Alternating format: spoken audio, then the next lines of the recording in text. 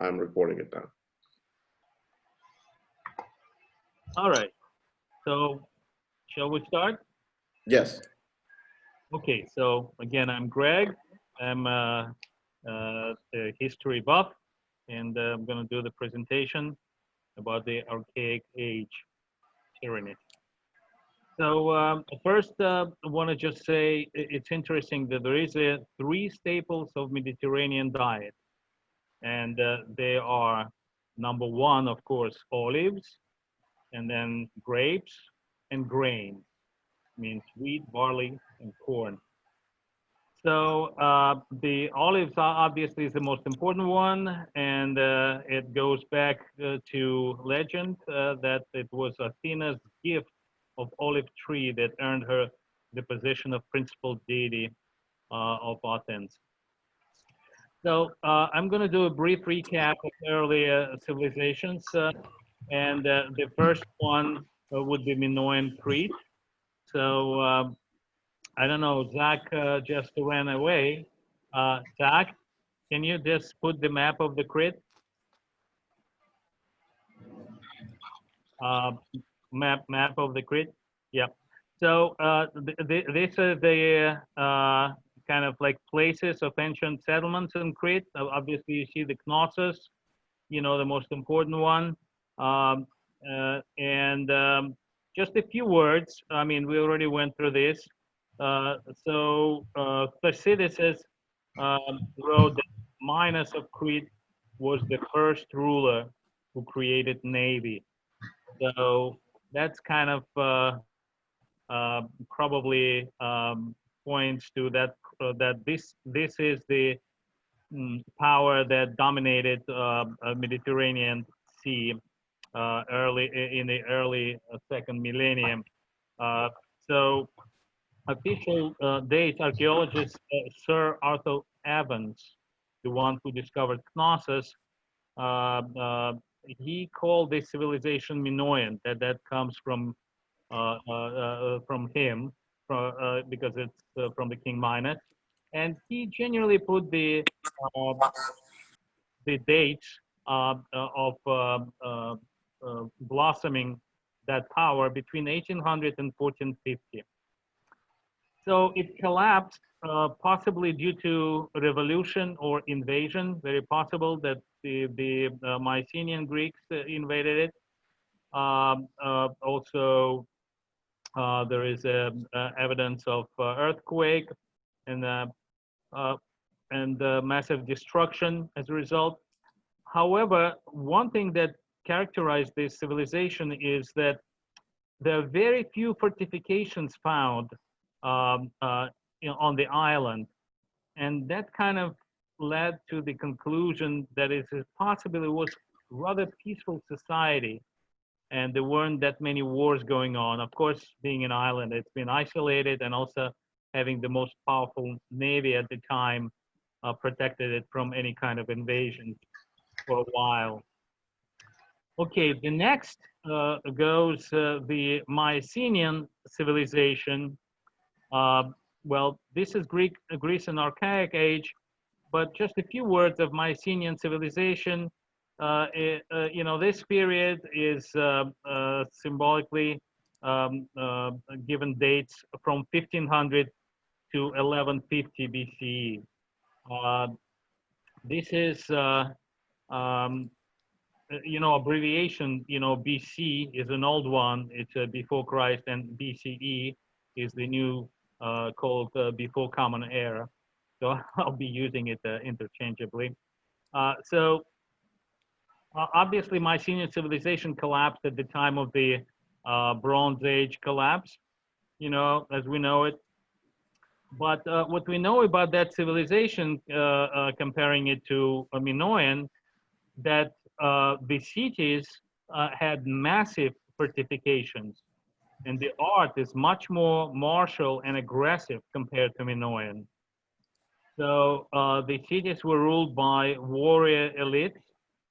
They controlled massive labor because they were able to build cyclopean walls and tombs. You know, people who've been to Maecenas knows the famous Tom, and they're massive buildings, very thick walls. So obviously, it was very a militaristic society.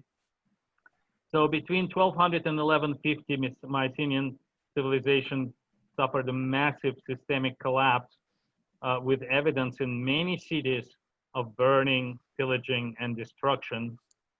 So there are four major theories why Mycenaean civilization collapsed. So the first one, obviously, is the climatic, which no, stay back, yeah, climatic or my drought. Maybe there was some changes that people couldn't grow um, grains. Uh, Sorry. Second one is an internal revolt, which is seemed to be less likely. It's not as popular theory. The third one is economic disruption with break of trade networks. That's pretty, uh, you know, pretty common theory.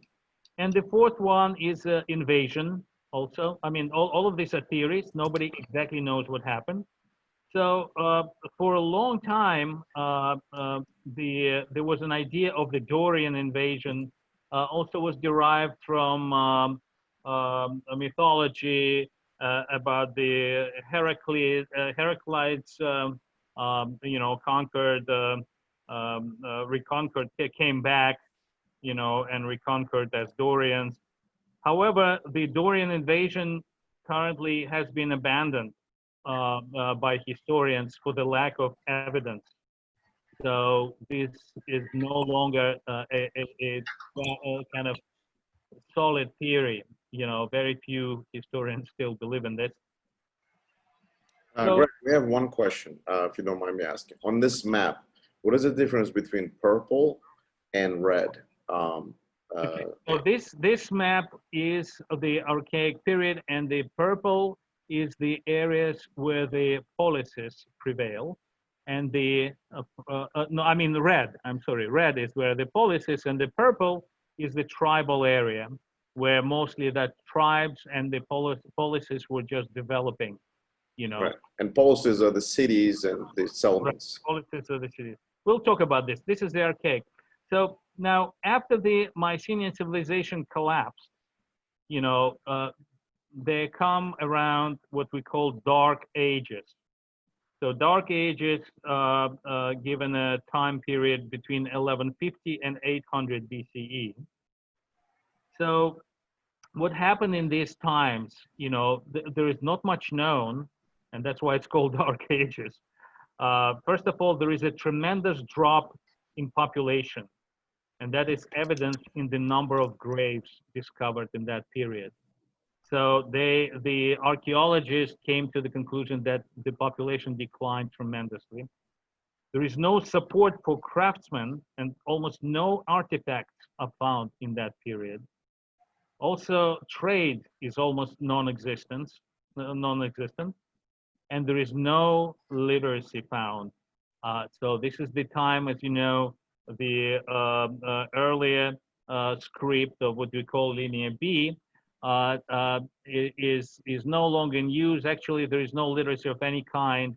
And then eventually in the Archaic period, there is a new script, alphabetic script, comes around, and then the literacy reappears in those famous poets of Homer and Hesiod. So, but in the Dark Ages between 1150 and 800, there is nothing found in terms of literature, no documents, no even records of of earlier that they used like in Linear before. So around 1000 BCE, the population started to shift towards Asia Minor coastline, Ionia. So that's when you see this in Asia Minor, the red ones. That's where different tribes, Greek tribes, started to migrate. That was about in 11th century, around 1000 BC. So when and that's where Ionian population started to form. So, and that was a migration. It was not a colonization of anything. There was a migration. A lot of population shifted there. So that's still in the Dark Ages. So, and obviously this is the time of transition from the Bronze to Iron Age. And a major site of iron at this time is Cyprus. You know, they have, I have a question. yes. Is it possible during the Dark Ages that there was a geographical impact on the land or something climactic? Yeah, that's not only possible, it's one of the theories that's why the Mycenaean civilization collapsed. It's one of the prevailing theory that it was a climactic, there was a drought. And, that's why population started to shift. That's one of the prevailing theories, yes. And, And, that's and, all poss ages. and possibly plagues or illnesses that force populations to migrate. Well, it is possible too, because usually drought and leads to a lot of suffering and a lot of diseases, obviously. Yeah, Thank yes. you. Can I make one comment on that? Yes. The collapse actually was so severe that there was, and for all intents and purposes, an abandonment of agriculture. So there was a recursion to what's called transhuman pastoralism, which is relying primarily on flocks, moving to mountain areas in the summer when it's dry in the lowlands, back into the lowlands in winter when it's wet. And so that's one of the features of the collapse of the Bronze Age.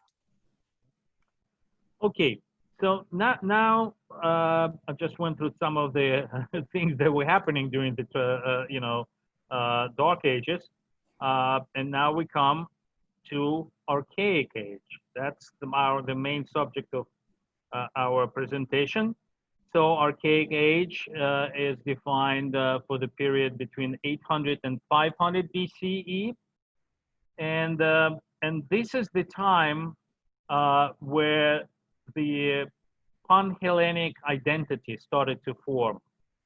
So prior to that, if we're talking about the Mycenaean period, there were separate kingdoms, and they were Greek, but there was no this concept of Pan-Hellenic identity that we Greeks, we are one nation, though we have different, countries. They all were loyal to their own kingdoms.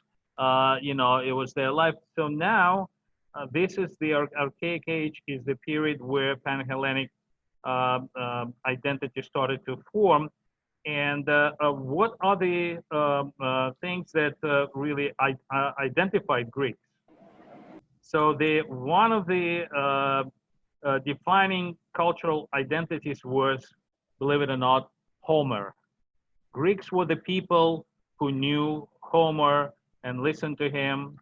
So Homer was called a blind bard of Chios, the island of Chios. That's all Greeks knew Homer, and that's how they were connecting. And interesting thing about Homer, that Odyssey is sharply different from Iliad in the way it was written, and the scientists believe, historians believe, that it was written later, and also in Odyssey compared to Iliad, there are many more powerful female figures. So these are the difference. But the other cultural identity of the Greeks was a polis. So polis was started to rise of policies happened exactly at this time. This is a form of government consisting of king, who could also be a high priest, and a judge.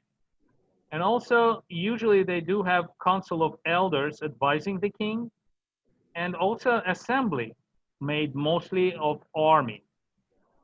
So this is the early policies that are started to form. So polities are citizens who are native-born, free male adult. Polis are always included urban center and the farmland around the center, and the citizens could live either in the urban center or in the farms, and they still are citizens and they come for the assembly, and that's how the policies operated. And of course, they provide they feed the city, the polis. So Aristotle defined society development structure, in the following way. First goes a household, then a village, and then a polis. That we're talking about, that how he defined how society developed, and that's how we came to the polis, which is a bigger identity. But the primary identity is the family, household, and then village, and then polis. So the land shortage at this period led to colonization, okay? And we're gonna talk a little bit more about the colonies. So anyone wants to say, ask questions or? Yes, I have a question. You mentioned the land shortage, but if there was a population collapse, um, are there records or are there more recent skeletons that show that the population rebounded quickly?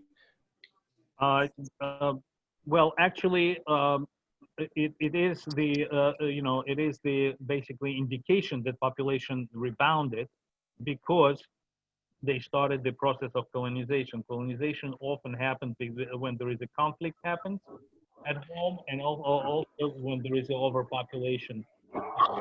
They started Archaic period is different from Dark Ages because the way they count population approximately, I mean, this is one of the methods, is that they counting the graves that are related to that period, and the number of graves in the Archaic period is much more than in Archaic. Let me expand on that just a little bit.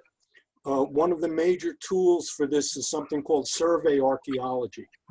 So survey archaeology is different from most people. When you think of archaeology, you think of digs and excavation and so forth and so on. Survey archaeology is where a large group of people, like in a long line, kind of march across the countryside and pick up and record things they find lying on the surface, and which can go back for hundreds or thousands of years. And that allows, survey archaeology allows archaeologists to identify ancient settlements on a very, very wide scale before they do excavation. So the point is that survey archaeology shows that in this 8th century, there was a massive increase in population, a massive increase in settlements.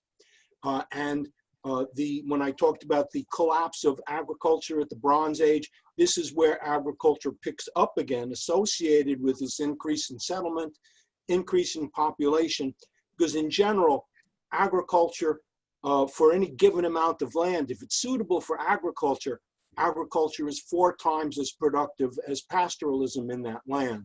So this period is a return to agriculture and an expansion of population, and that's, as Greg was saying, the pressure that results in colonization, among other things. Perfect. Thank you, guys. One minor thing, I just added a link to a series on ancient Greek history. And this particular little program covers colonization, and essentially one kind of typology of colonialism or colonization that has come into vogue in the last 15-20 years is that for us, in our times, colonialism basically means either settler colonialism, as occurred in the Americas, Australia, and other places, or franchise colonialism. Those are terms of Patrick Wolfe, W-O-L-F-E, scholar on this topic. And franchise colonialism would be something like the British in India, or those port treaty cities in China. And they were basically trading, even though they were trading and controlling, but they weren't necessarily trying to, settle the place. But Greek colonialism is different in that it was actually a nice hybrid in very crude terms of something in which the local people stayed and the Greek colonialists settled there as well. But they didn't, oust the people as occurs in settler colonialism. And they didn't, as it were, quote, return to the mother country when they were done with it, as occurs in franchise colonialism.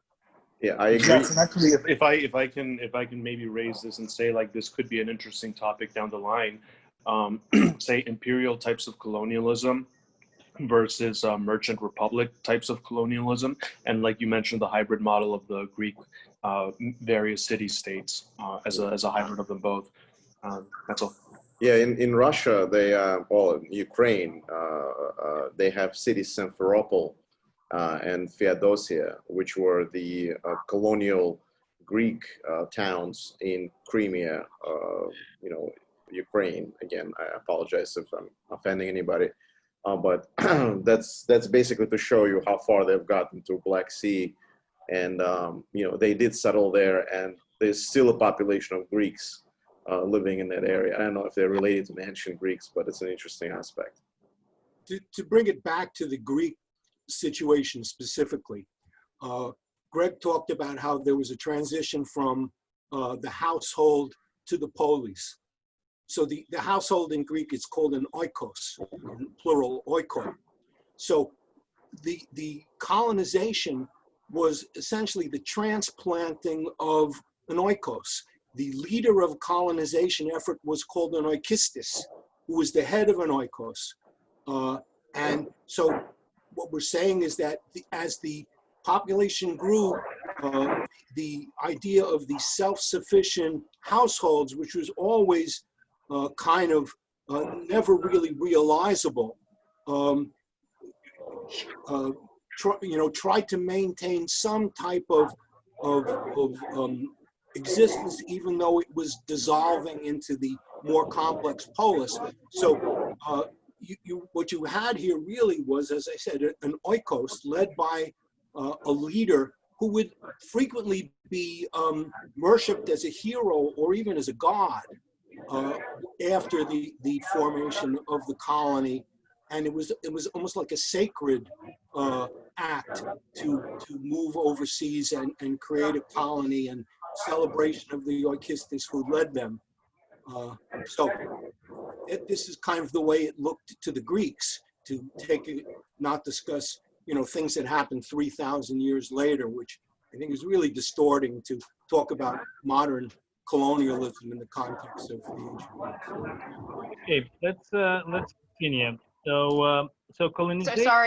Sorry, Greg, to interrupt, but I'm picking up a lot of background noise. Could everyone that's not speaking go on mute, please? Thanks so much. Okay, so colonization in Archaic Age had two directions. So first was Sicily and southern Italy, and to the west, and then the other one was to the east, northeast, to the shores of the Black Sea, or Pontus, or Propontus and Pontus. Okay, 1 second. All right, so these are the two major directions. So one of the first colonies in this period established was by settlers from Euboea. Euboea, you see, that's the elongated island above Attica, and they found a colony in the called Polis Pithecusae on the island of Ischia. So this island of Ischia in the Napolitan Bay, in the Bay of Napoli, in southern Italy, and the reason why they decided to colonize that island, it's a small island, is because it was very rich in iron. So I don't know if anybody read, I just recently read Yelena Ferrante book. It's a contemporary book, but they now this island of Ischia is a area where everybody goes for vacation from that area. So the other one interesting was the colonization, because usually colonization happened when there is some upheaval at home and extra population. So this one was a colony created in Libya by the name of the colony name Cyrene.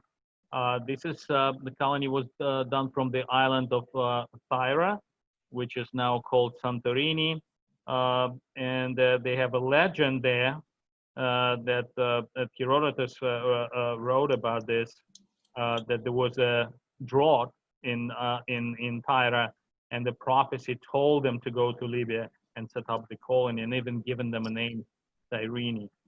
By the way, just a quick insert. If you guys ever play board games, there's a really nice one called Santorini, and it's really short and quick to learn. It's really nice. Anyway, that's all. Thank you. Okay. Commercial break. Emilio, please send me a check. Thank you. Just joking. All right. So also, I want to mention shrine, Delphi shrine of Apollo, which was built on the Mount of Parnassus. And this is according to the legend on the site where Apollo killed Python. And that's why his priestesses were called Pythias. So there were two main purposes for the Delphi shrine. So one obviously is the prophecy, we know that. But the other one is also very important purpose is the purification, usually purification from murder.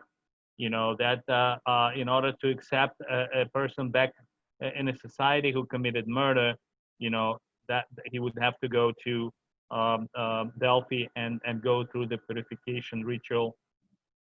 Well, obviously Delphi was also a main source of information because everybody was staying, stopping there and giving where they're coming from, what's happening. So there is a lot of exchange of information, and Delphi priests actually had a lot of influence because of that. They could provide a lot of information. Okay, so another thing, this archaic period is the time when Greeks rediscovered literacy with a new alphabetic script. And obviously this is the time where the works of Homer and Hesiod came to life. So also development of the code of law. This is the time where in various places these things started to happen in order to rule. And there is a certain pattern when you develop law. So usually it develops like this. So first there is a crisis, economic or political crisis, and then old customs are no longer working to hold it in check. That leads to community choosing one man to create the new code. So for example, one of those men was Solon of Athens. And Solon, actually, we know him as a lawgiver, but actually he was primarily a poet.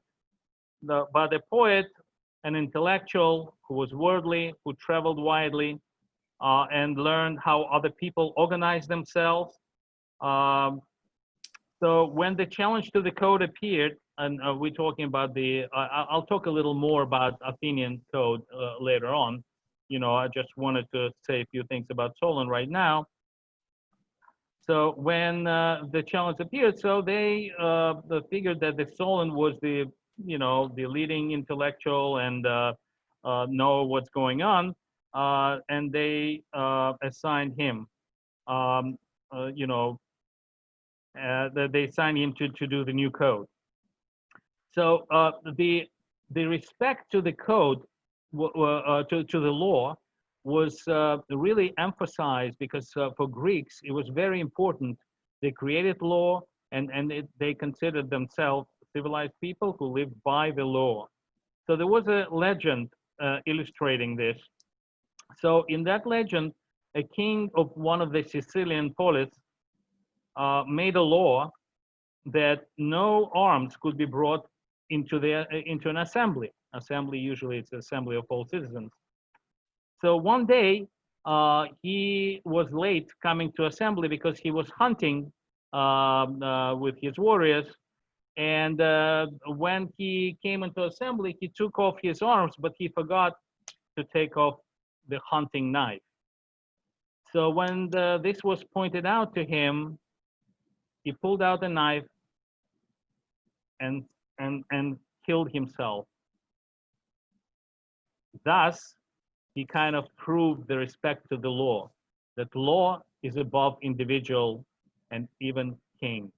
And he violated the law, and he had to suffer the consequences because the law was telling that anyone brings the arms into the assembly will be destroyed. Sorry. Could you go back? Yeah, you could actually, we're going to go soon to Sparta, so you could put the Peloponnesus over there. So Solon instituted 4 classes. So it was a major reform. I will talk a little more about this, but I want to tell you about the 4 classes. This is new because if prior to that, the classes were hereditary. Now he instituted classes based on the wealth, based on the property. So the wealthiest group called Zygotai, they were able to, no, not Zygotai, the wealthiest class was called Pentakosemidoi. And you see the word, the first word was saying penta. Penta means 5. So this class was the one who could provide 500 bushel of produce per man. So if you had that, your wealth was measured, it could be in anything, could be in grain, it could be in various things, but it would be equivalent to 500 bushels.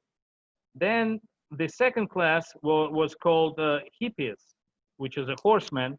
They usually, I think, were 300 bushels. And these are the people who were able to maintain a horse and armor. So they were serving in the cavalry. And then the third group was Zygotai. This is the, I think, 200 bushels. And they are the one who provided a class of hoplite. They could buy and maintain the equipment of the hoplite, which is the infantry, heavy infantry warrior. And the rest of them called Thetis, and the poorest class, and they were hired laborers who served an oarsman on Athenian fleet, or archers, or light-armed men on land. So these are the 4 classes that was created. So obviously, this is the time, Zach, why are you jumping? I don't know. I'm sorry. It's something with my computer. I apologize. Sorry, Greg, can I ask a question? I'm not sure if you covered it or not. With as far as the class of warriors, do you know if land ownership was a requirement at that specific time to enlist? No, you had to. Usually, most of the wealth comes from land ownership because the people who did the trades, they were often foreigners, in this period of time. But I don't think, at least from what I read, I didn't think that it was required to have land ownership as long as you have enough wealth, that could be measured in this 500 or 300 or 200 bushels. You were defined by the class. So the new classes were basically defined by the value of your property. Now, one more question is the tax system that was implemented. Would it have anything to do with also the fact that how they were taxed as well? Really, I don't know about the taxes at this time. I'm not sure I'm not sure how it was done. I don't think that they had the sort of administrative apparatus that was capable Yeah. of doing taxing. I think the closest that you would come to it would be places that were able to extract tolls on commerce. So, for example, Corinth being at this choke point where the mainland goes onto the Peloponnese could charge tolls for anybody going across the Isthmus of Corinth. But taxation, like we think of it now, or like the Romans did much later, or like happened in Mesopotamia, there wasn't the sort of structure, bureaucracy didn't exist to be able to have taxation. And relative to Sergio's question, rather than think about it of you need enough land to be able to enlist, it's really the other way around. You need to, if you have land that makes you want to defend it, then you have enough of a, you know, they've got a horse in the game. They've got a, you know, they've got a real motivation to want to protect their land from raiders and from other, because these polis were constantly at war with each other. So rather than saying, well, only if you have enough land will we let you join the army, rather it was the people who had land that was worth protecting that wanted to band together and say, okay, collectively, how do we defend our holdings against other people? Yeah, yeah, no, for sure. That's definitely the way. Also, there's a huge amount of controversy about the development of hoplite warfare. I mean, there are conferences that are held about it, and really, so one of the theories is this idea that the small farmer, this is associated with what's his name? Zigotai, which is the hoplite, right? Sure, but I'm thinking of Victor David Hansen, the modern scholar who's associated with this theory of the small farmer, but it's only one. And there's another point that it needs to be made is that the Greeks started serving as mercenaries outside of Greece at a rather early time, and this was another impetus towards their developing military skills. It wasn't just farmers who would spend their day and all of a sudden they put on their armor and they go out and they say, okay, now I'm a hoplite. You needed some practice in order to be a hoplite and discipline. And so one theory that has some significant evidence has to do with the Greeks in mercenary service overseas, and there's a lot of evidence for this, developed a lot of these tactics and then brought them back to Greece after perfecting them, overseas. Yes, but the mercenaries that's came at a later period. But at this time, there is only just the rise of this new kind of fighting. It emerges here of what we call the hoplite revolution. It's only happening here in the 700s, 700s, and they learn to have this heavily armed infantry fight in the close formation called phalanx, in about 8 ranks deep. So this is just the beginning. Yeah, the mercenaries came later, when especially after Persian Wars. I mean, what I'm saying is that there's new research on this, which is trying to move the date of mercenary service into an earlier period. There's a piece called the Amasis Plate, which is something that comes from actually from the Levant, which shows Greek hoplites in the 800s serving on both sides of Near Eastern armies. So, as I say, there's new evidence, and new trend in scholarship is to advance that date of mercenary activity into an earlier period. Okay, I was unaware of that. All right, so now we come to Sparta. Okay, so Sparta, this is the polis that formed in the area what we see here called Laconia. Okay, and what's interesting here is that we know that prior to Archaic age, the Sparta that we know in the classical Greece, of this highly organized and militaristic society, which is absolutely unique. There is nothing like that anywhere. And, but prior to the Archaic age, Sparta was the same polis like anybody else. There was no Sparta as we know it for classical. You talk about at the time of Mycenaean, the King Menelaus on like there's no difference between Sparta or Mycenaeus or some other polis. So it is during this Archaic age that the Sparta as we know it was created. And I always was having a question: how did this happen? Why? Why did this happen? Why this interesting, like absolutely unique society was created? And here is what the historians believe how things developed. So it really started with what they call Messenian Wars. There are two Messenian Wars. You see Messenia to the west of Laconia. So the first war, the first Messenian War, took place approximately between 740 BCE and 720 BCE. The dates are approximate. And at that time, it was inconclusive war, and the Sparta managed to grab a piece of Messenia, in that war, and held it. Then Messenians wanted to get it back. I mean, it was their land. So in 670 BCE, Messenians, a little prior to that, they made an alliance with Argolis. You see to the Argolis on the top. So, they made alliance with them, and they started the war with Spartans. So, and in 670 BCE, there was a battle where Argos and Messenians, defeated Spartans. And, and they claimed the victory, and they tried to reclaim their land. However, it wasn't so easy.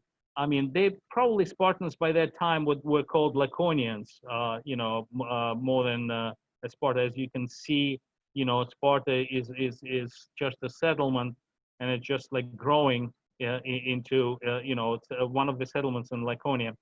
So it's growing into the bigger city. So now Spartans, this defeat didn't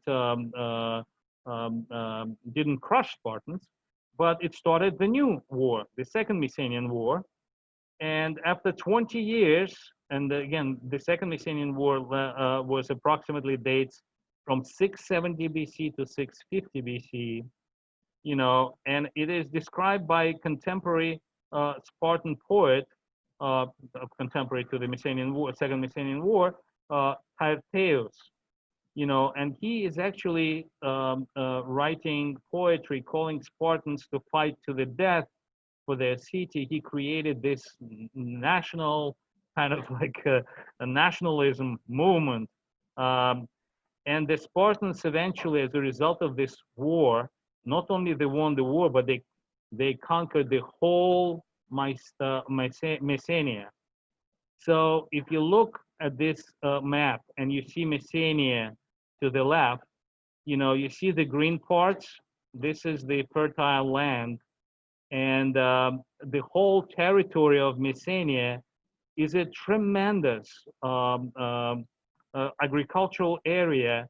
As a matter of fact, if you go to the previous map, just to compare the Messenia, just go to the previous map of the Greece. Sure.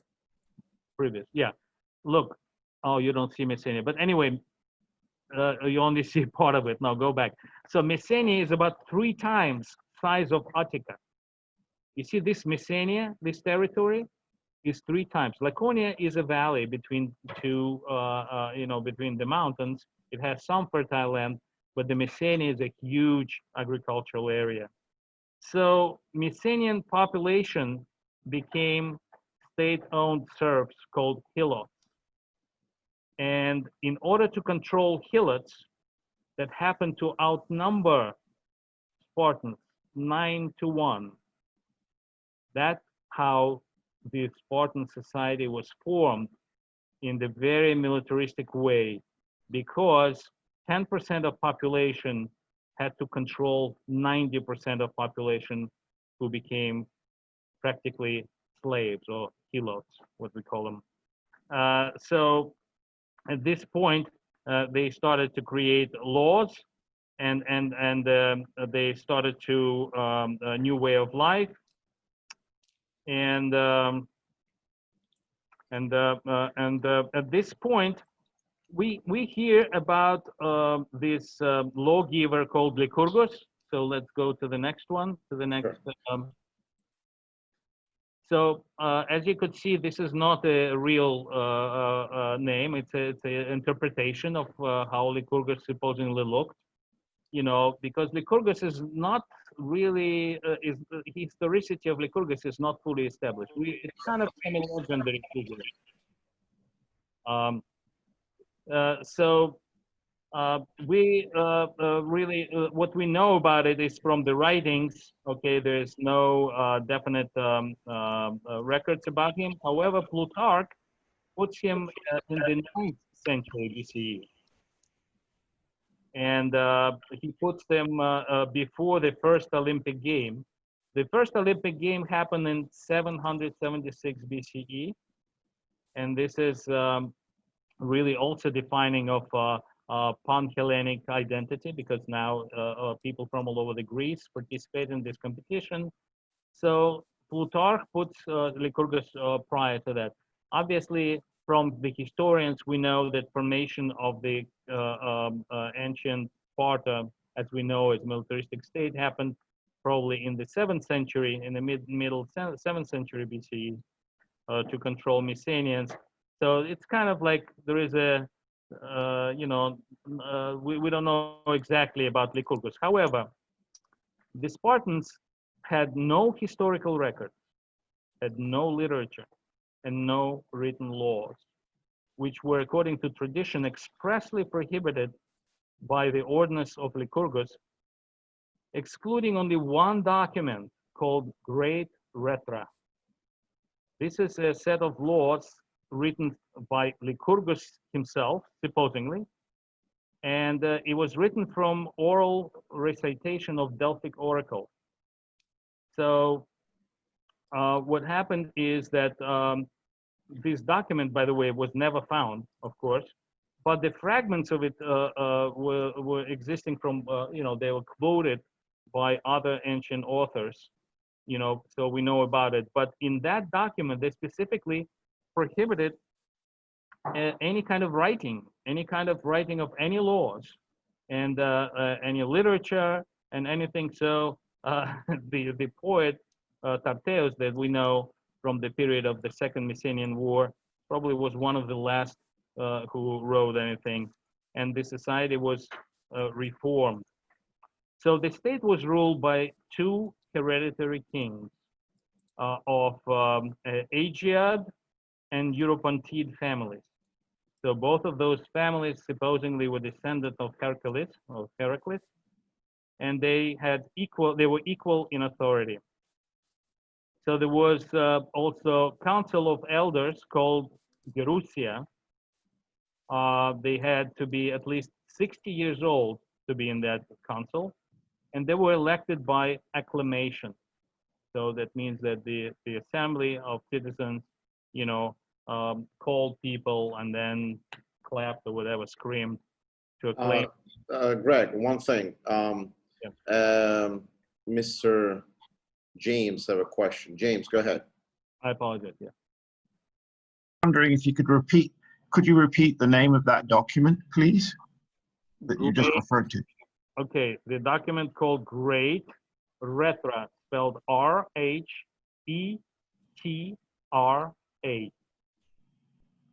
All right, thank you very much. Sure.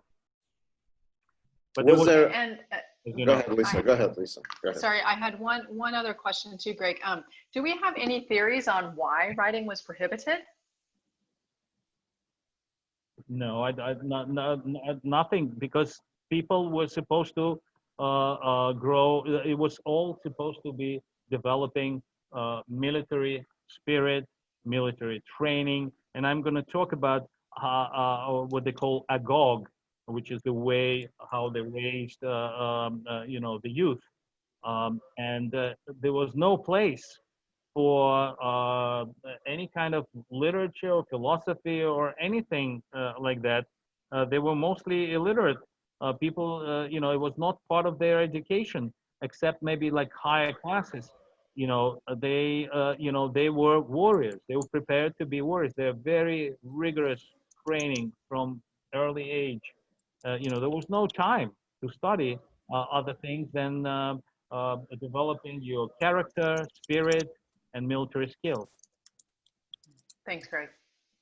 All right. So Wait, Greg. Yeah. One question. So, how did the two kings decide between them if they came to a disagreement?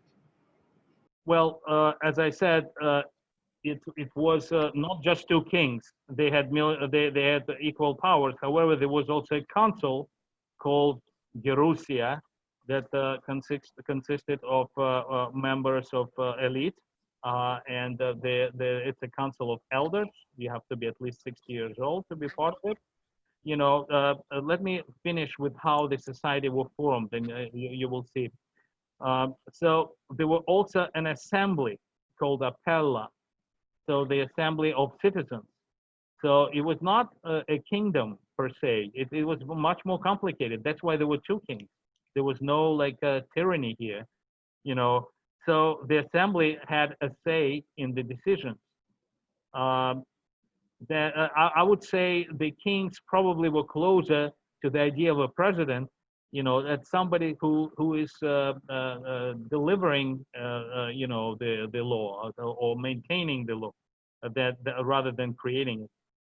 So there were also 5 ephors, so elected by assembly, and they were in charge of maintaining a discipline in the state. So they were like internal ministers, so similar to tribunes in Rome, so they called ephors, 5 of them. That's how society was created. And then in terms of all people who lived in the territory of Sparta, besides citizens and helots, there were also a class called Perioeci. These are the free non-citizen men who lived in the perimeter of Laconia, and they provided commercial and manufacturing services. So, I mean, it is obviously they didn't want to give the power to just one king. I mean, so there were 2 kings. There was a council of elders, Gerousia, and there was a Appella, which is the General Assembly. So a lot of decisions were made together, and obviously there were 5 ephors who were maintaining the discipline. And let me just add that there was, frequently conflict between the kings. It wasn't, everybody just got along, but there were definite factions, and sometimes one king would be weak and another king would be strong. It was very, very complex. Yeah. Well, we have King Leonidas famously, just took his personal guard, to go to the throne. I mean, obviously there was no agreement to do this. And in some sense, the kings had had a very large religious responsibility. It's kind of a sacred role. Yes, they also had leadership, but the archons had a more clear civil powers, and the kings. And you read about Leonidas and things like that. You see that there was such a great emphasis on religious aspects of it. Refusing to march until the auspices were right and all this sort of stuff. As I say, very, very complicated. The ephors could, in certain sense, outrank the kings. One thing I gotta add is, as obviously we've seen the 300 movie and read a lot of books, but there absolutely was no difference if you were a king or if you were middle classman. They all went through those training camps to be soldiers. So Leonidas as a child was given to those training camps, and he went. I forget what the name of those camps were, but it's an interesting that it was. I think that to me was a little bit more democracy than anything else. Than they would send all these kids, no matter if you're a king or obviously not helots. You should go through those training camps to become a great warrior. Well, you talk about 300. There's a tremendous irony in 300. You've got Gerard Butler running around yelling, freedom, freedom, freedom. Never forget that Sparta was a slave society. And that these guys were able to be warriors only because they had a really repressive and cruel control of the Messenian helots. And one of the initiations to become a Spartiate, an adult member of Spartan society, was to go out and kill a helot.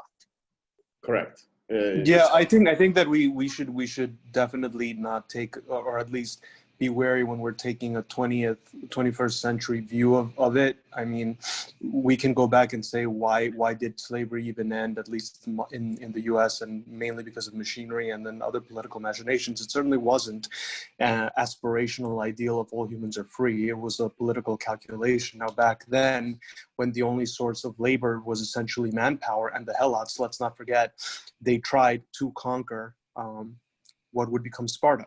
So this was a reaction. And if we look, we can go through different areas of the globe during those times. And what we can see in a number of occasions is a people that were almost conquered under the constant threat of invasion, eventually snap and then become the conquerors themselves. So I think given the realities of life, we can't make that kind of moral judgment. The Spartans were absolutely unique in Greece. No one else ever did anything like the Spartan society. This was a unique structure, and it was not shared by any of the other Greek polis. Yeah. The Spartans were absolutely unique in that. All right, let me continue and let me talk a little bit about the upbringing in Spartan way of life called agog. So the way they were raising children, that they were raised at home until age of 7 years old, and then from 7 to 13 there was some elementary education, and from 13 to 20 the girls and boys were separated, and they go through the vigorous training and toughening. They often operate in gangs who actually war with each other. They can actually kill helots without any repercussions. They taught obedience. They supplement their meager food supply by stealing, which was okay unless you get caught. If you get caught, you get punished. But if you not get caught, then you're good. And of course, during that, they definitely robbed a lot of helots. They could kill them. We're talking about this teenage roaming the area and very dangerous to each other and to helots. So from age 20 to 30, there is a full-scale hoplite training, and those who made it are given land with helots to support the state. Helots could be killed, obviously, with impunity. So that's, yeah. And Greg, I apologize for interrupting, but one of the reasons, wasn't it that they actually would go out and steal food, is because they were purposely underfed? So they were always kind of driven. So they had a need to get more food, right? Sure, absolutely. Absolutely. They were given like basic minimum not to die. Okay, so now what's our next slide? I think now we're going to go to Korean. Let me see. Okay, that's good. Can you go back to the Peloponnesus map? Because there's something I wanted to show here. So you see Corinth, that's where this polis of Corinth was blossoming. So by the way, when they talk about tyrants, I think even Plato said that tyranny was often prelude to democracy. So Corinth was very prosperous city, and the reason it was prosperous because it controlled the isthmus.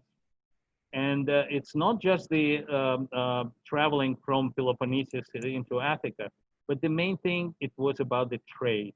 Because you can see that this little thing, there are two bodies of water there that are connected. And in order, like you could transfer the goods on one side, then carry it to another, put another ship, and then go. Otherwise, you would have to all go all the way around, the whole Peloponnesus,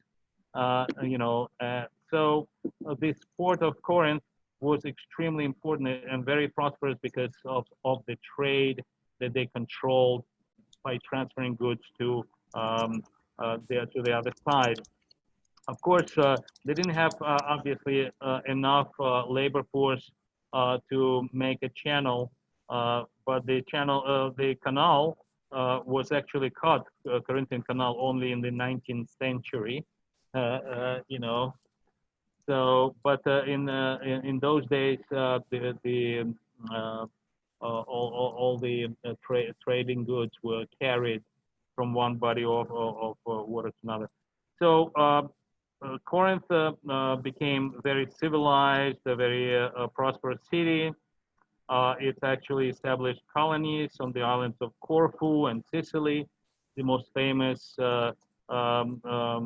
colony in Sicily is Syracuse. It's a Corinthian colony.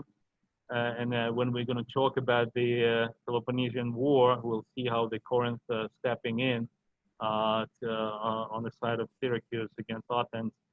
So Corinthian pottery, it was very highly valued in the Greek world. So the city was controlled by the clan called Bacchidae. So the story goes that one of the daughters of the clan, Lambda, by the name Lambda, was born lame, and nobody wanted to marry her because she was lame, until an outsider by the name of Aetion came and claimed her. So obviously she didn't have any choices, so they got married. Usually outsiders were not a very good prospect. So there were two prophecies from the Delphic oracle that the son of Aetion would overthrow their dynasty. And they planned to kill the baby once he was born.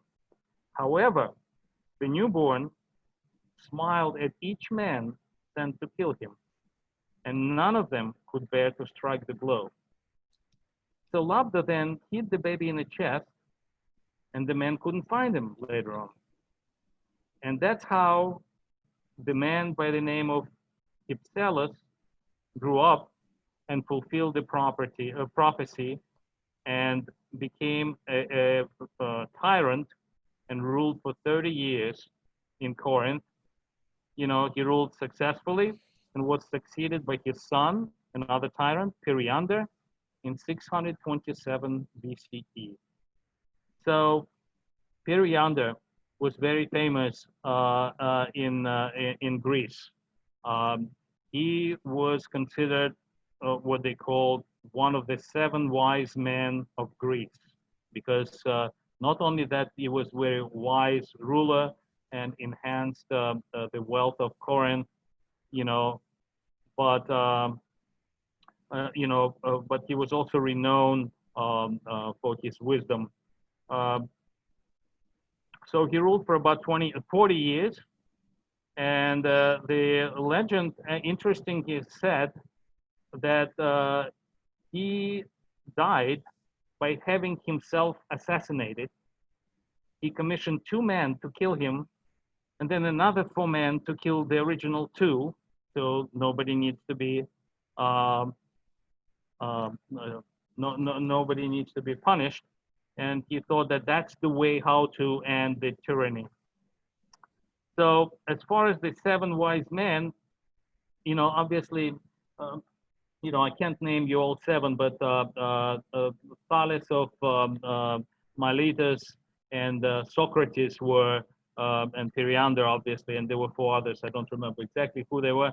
Solon is one of them. Yeah, Solon also, yes, you're right. So some historians believe that these seven sages of antiquity was invented by Plato in his dialogue Protagoras.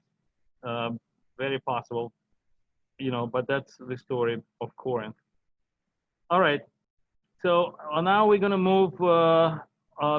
Can you move to the Periander just to take a look at the his picture? Periander, that's his bust, and that's probably is a copy of the um, original.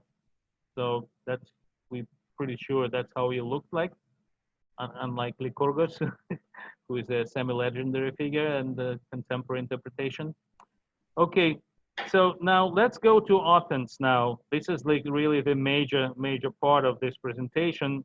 Obviously, Athens is the most important polis. So there is what they call foundation myth. Let's go to the next one. What's the next one? Solon, great. Okay, so I will start with the foundation myth of Athens that I find extremely fascinating. So Athenians claim that the indigenous population of the area, and that corresponds to the legend of Athena as a virginal goddess. So in that founding myth of Athens, Athena bested Poseidon in competition over patronage of the city by creating a first olive tree and give it to the city as a present. And then the legend, and that's very, interesting part of it, goes that the lame smith god Hephaestus fell in love with Athena and started chasing her around the Acropolis. She kept resisting him and running away, but finally he got so excited when he caught up with her, he ejaculated on her leg. She took a piece of wool, wiped out semen, and threw it on the ground. And from that emerged a figure called Erectonius. That means wool and ground. And he was the first Athenian. So that's an interesting story. So Attica is rich in silver, marble, and timber. There's also a good source for pottery clay, and Athens pottery later was as highly praised as Corinthian. Athenian society formed in the late 8th century BCE, and there was a hereditary elite called Eupatridae. That means having good fathers. You see the word Eupatridae, patre, which is the fathers. Like noble fathers. So they were born of good fathers, of noble fathers. So they were the elite clan. So they controlled a lot of land, flocks, and political system. There were also a consul called Areopagus that was formed by Eupatridae. They formed the council, members of the elite class. And then at this point, Athens had not yet participated in colonization. So around 624 BCE, Draco formulated the first code of laws that was renowned for its severity. So again, Draco and what we know draconian laws nowadays became a symbolic representation. Draco's historicity is also not fully established. He's a semi-legendary figure. And supposedly those laws were that the punishment of death was instituted for almost any infraction. So archaeologists, though, found an inscription on stone where draconian law draws distinction between involuntary slaughter and murder. For unintentional killing, the punishment is exile, from which the person could be recalled by vote of victim's kin after his purification at Delphi. You remember that one of the purpose of the Delphi shrine at Delphi was purification, besides the prophecy. but the recall could be voted by the kin of the victim only.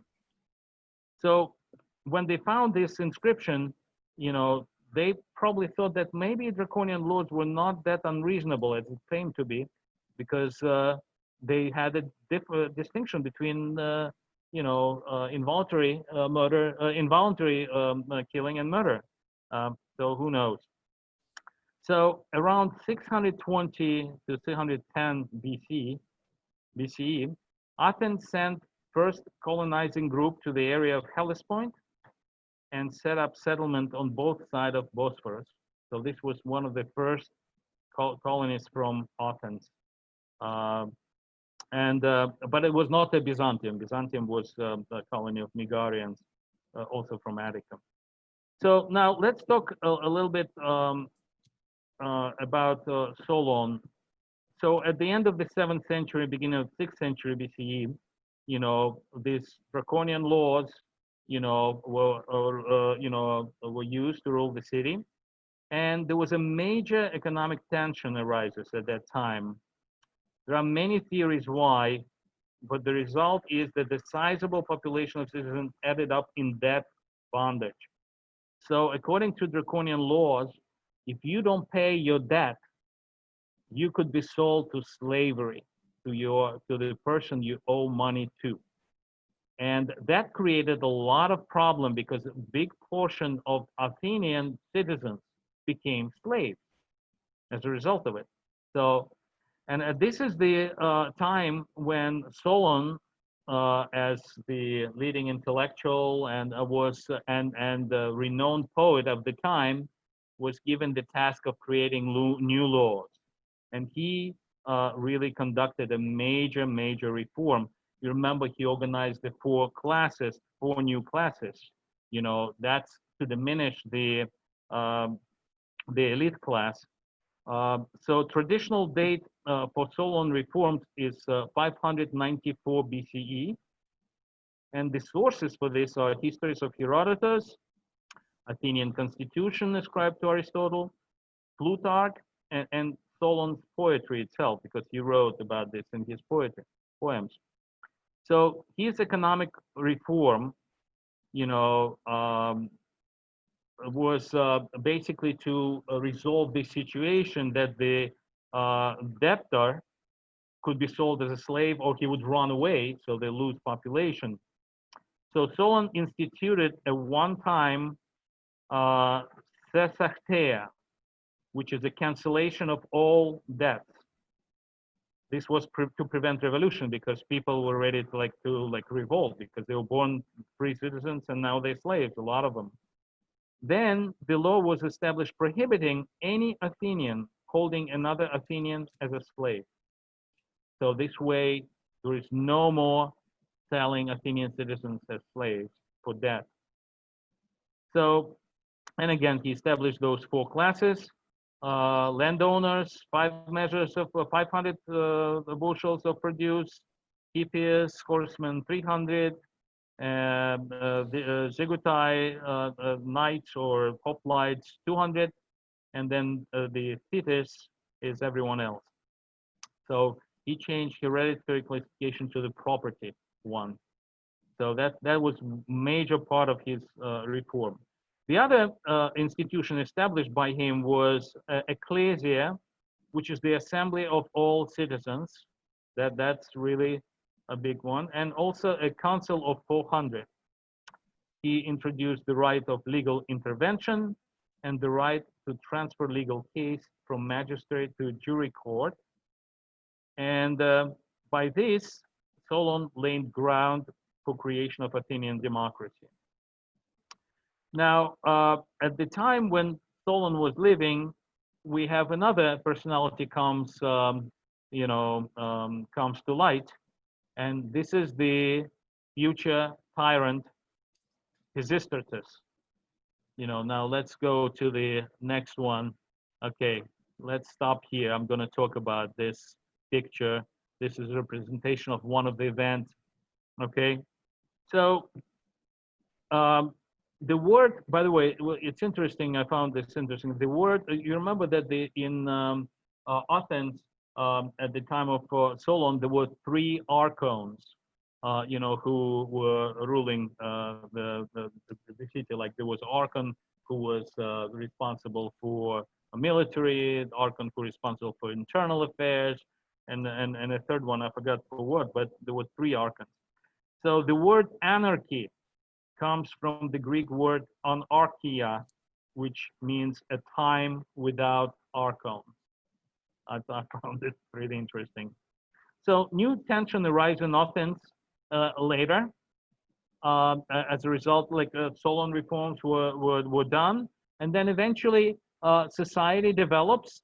Now there are these property classes, and yet there are new tension arises, and there are three factions started to form. So one faction is what they call coast faction. These are the merchants, and a merchant led by a leader named Lycurgus. This is not the Spartan Lycurgus. This is a different one. So the second faction was called Plain. This is the landowners, and they were led by a very powerful leader called Megacles, was from the clan of Alcmenes. This is if you remember, Pericles was from that clan. And then the third faction was what they call Beyond the Hills, and this is the small farmers and urban poor, and this faction was led by Pisistratus. So Pisistratus was extraordinary figure. So, and he actually was very ambitious and tried to come to ruling the city. So he made three attempts to become a tyrant. So the first one, he wounded himself and asked for armed bodyguards. This happened approximately in 560, 559 BCE. The assembly granted him bodyguards because he was the leader of one of the factions. And by this, he created a personal small armed contingent that he used for his purposes. Eventually, Lycurgus and Megacles driven him out of the city because they realized what he is doing, and they driven him out of the city. Then he tried a different tack. Now, he married Megacles' daughter. That was 2 years later, in 558 to 556. That's when it started. And also, he created this little circus, and that's what you see here. He hired a very tall woman on farm girl, who was beautiful and tall, and he dressed her like as Athena, and have her drive him in chariot in symbolic entrance into Athens, being introduced by Athena himself. So, and that shows that how skillful he was in playing political theater, because a lot of people applauded. It was like he was kind of giving himself a legitimacy to rule, because Athena herself, introduced him and blessed him. However, his rivals, were very upset by his maneuvering. And when his marriage collapsed with my daughter, by the way, somebody should mute because I hear noises. So when their marriage with Megacles' daughter fell apart, Megacles driven him out of Athens. Then Pisistratus went to Thrace, which is up north, and established a gold mine there. And after a while, maybe like, I don't know, 10 years, he became very wealthy, and he returned to Athens with a mercenary force in 547, 546 BCE. There was a small battle in Pallene, which is near Athens, and he was victorious. And then he went with his mercenary force into the city and established himself as a tyrant. And he enjoyed a lot of popular support because he was already a very famous person, by doing all this stuff, and leader of the poor. So obviously he's leader with a faction of the most populous faction of the poor, the small farmers and urban poor. So he actually was very competent ruler and did a lot of good for Athens. So he started his rule by a string of public works, started building, improved city water supply by installing public fountains. He created state loans to farmers. So they were loaning money to farmers to stimulate agriculture produce. And also he established a network of circuit judges that going into the country, traveling and hearing the cases. So establishing the law on the outskirts. He also preserved Solon's constitution. He actually Solon died already by that time, but he was a contemporary of Solon. He was a young man, and he respected him a lot. He also cleared agora from private dwellings and made it a place for citizen gathering and resolving public issues. And that's where the ecclesia, which is the assembly, took place later on. So he actually made agora a place for that. So, and what's also important, he began the festival in honor of god Dionysius, and that festival is called Dionysia, as we know, started as the competition of chorus and eventually developed his famous festival of Dionysia of Athenian tragedy and comedy. So he's the founder of that. It is under Pisistratus the first Athenian coinage was issued. Okay, so he started to, like, silver and gold coinage he created, the first one for Athens. So he died peacefully in 528 or 527 BCE from old age, and was so popular that he had never needed to use guards. His legacy is the creation of Athenian civic identity. So he was quite a ruler. So when he died, his two sons, Hippias, who was older son, and Hipparchus, inherited the rule. Hippias, as an older brother, basically was ruling almost alone. Hipparchus was more interested in partying and drinking and having a good time, you know. So, but officially was also co-ruler. So let's go to the next slide. Okay, so this is the Harmodius and Aristogiton, and this is two what they call Athenian heroes, supposedly, who got rid of tyranny. They're the ones who freed Athens from tyranny. So, by the way, Zach, I don't see all the slides. I usually like to see all the slides. It's better for me if I. Is it possible to Sure. Yeah. Yeah. All right. Oh, sorry, I'm in the wrong slide. Okay. So. Sorry. So. Oh, did I? What do you see right now? No. You went to the completely different Presentation. Okay, one second. It's a different presentation. Yeah. No problem. Okay. Let me stop sharing for a second.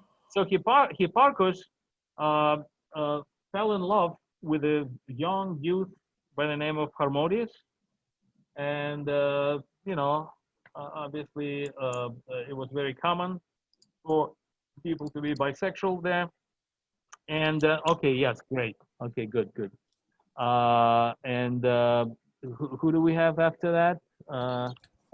We have what's his name? That's I think that's the tyrant, the son.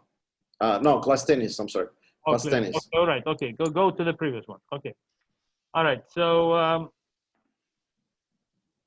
okay, so what happened is that he fell in love with Harmodius, and well, the story was that the son rejected him. What? The story was that the son, Pisistratus' son, wanted to first hang out with Harmonius and have him as a lover, and Harmonius denied him. Right. And That's then I want to tell the story. okay, go ahead. All right. So Harmonius denied him, and Hipparchus was very upset. And then he decided to pay him back. And then he invited his younger sister to become a Caniphoros, which is the a virgin who carry a ceremonial offering basket at the Panathenian festival. And then during that public ceremony, he chased her away on the pretext that she was not a virgin as required. And by this, he publicly shamed the whole family of Harmodius, that his younger sister is not a virgin. Oh my God, that was a horrible thing.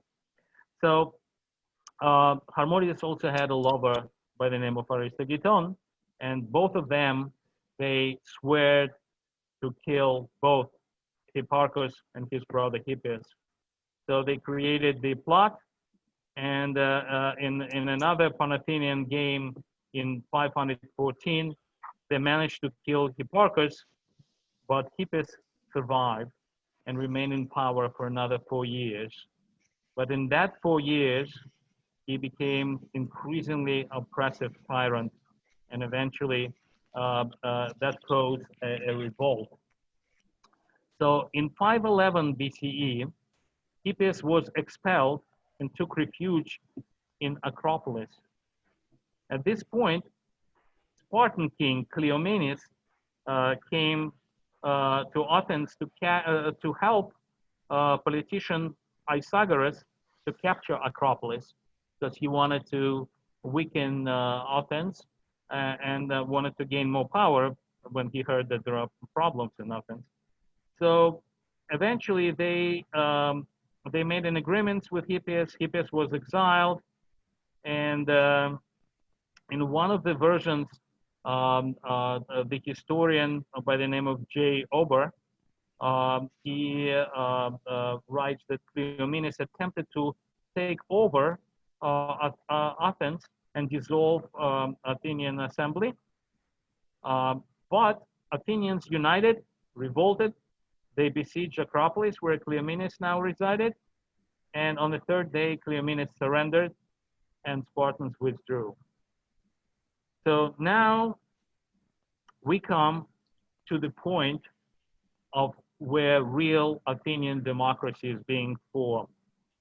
There is a person that is called father of Athenian democracy. You know, like Herodotus is the father of history, there is a father of Athenian democracy, and that person is Cleisthenes. Cleisthenes, that's him. He comes back to Athens. He was actually exiled for a while, but now he came back, and he was given a task now to create new political and economic reforms. And he made a major reforms that laid a true foundation to the Athenian democracy as we know it. These are reforms to the Solon's system. So in his attempt to break up aristocratic power structure, Cleisthenes abolished the use of all Ionian tribes. They were ancient tribes, Ionian tribes, and people associated themselves to those tribes. Instead, he created 10 new tribes.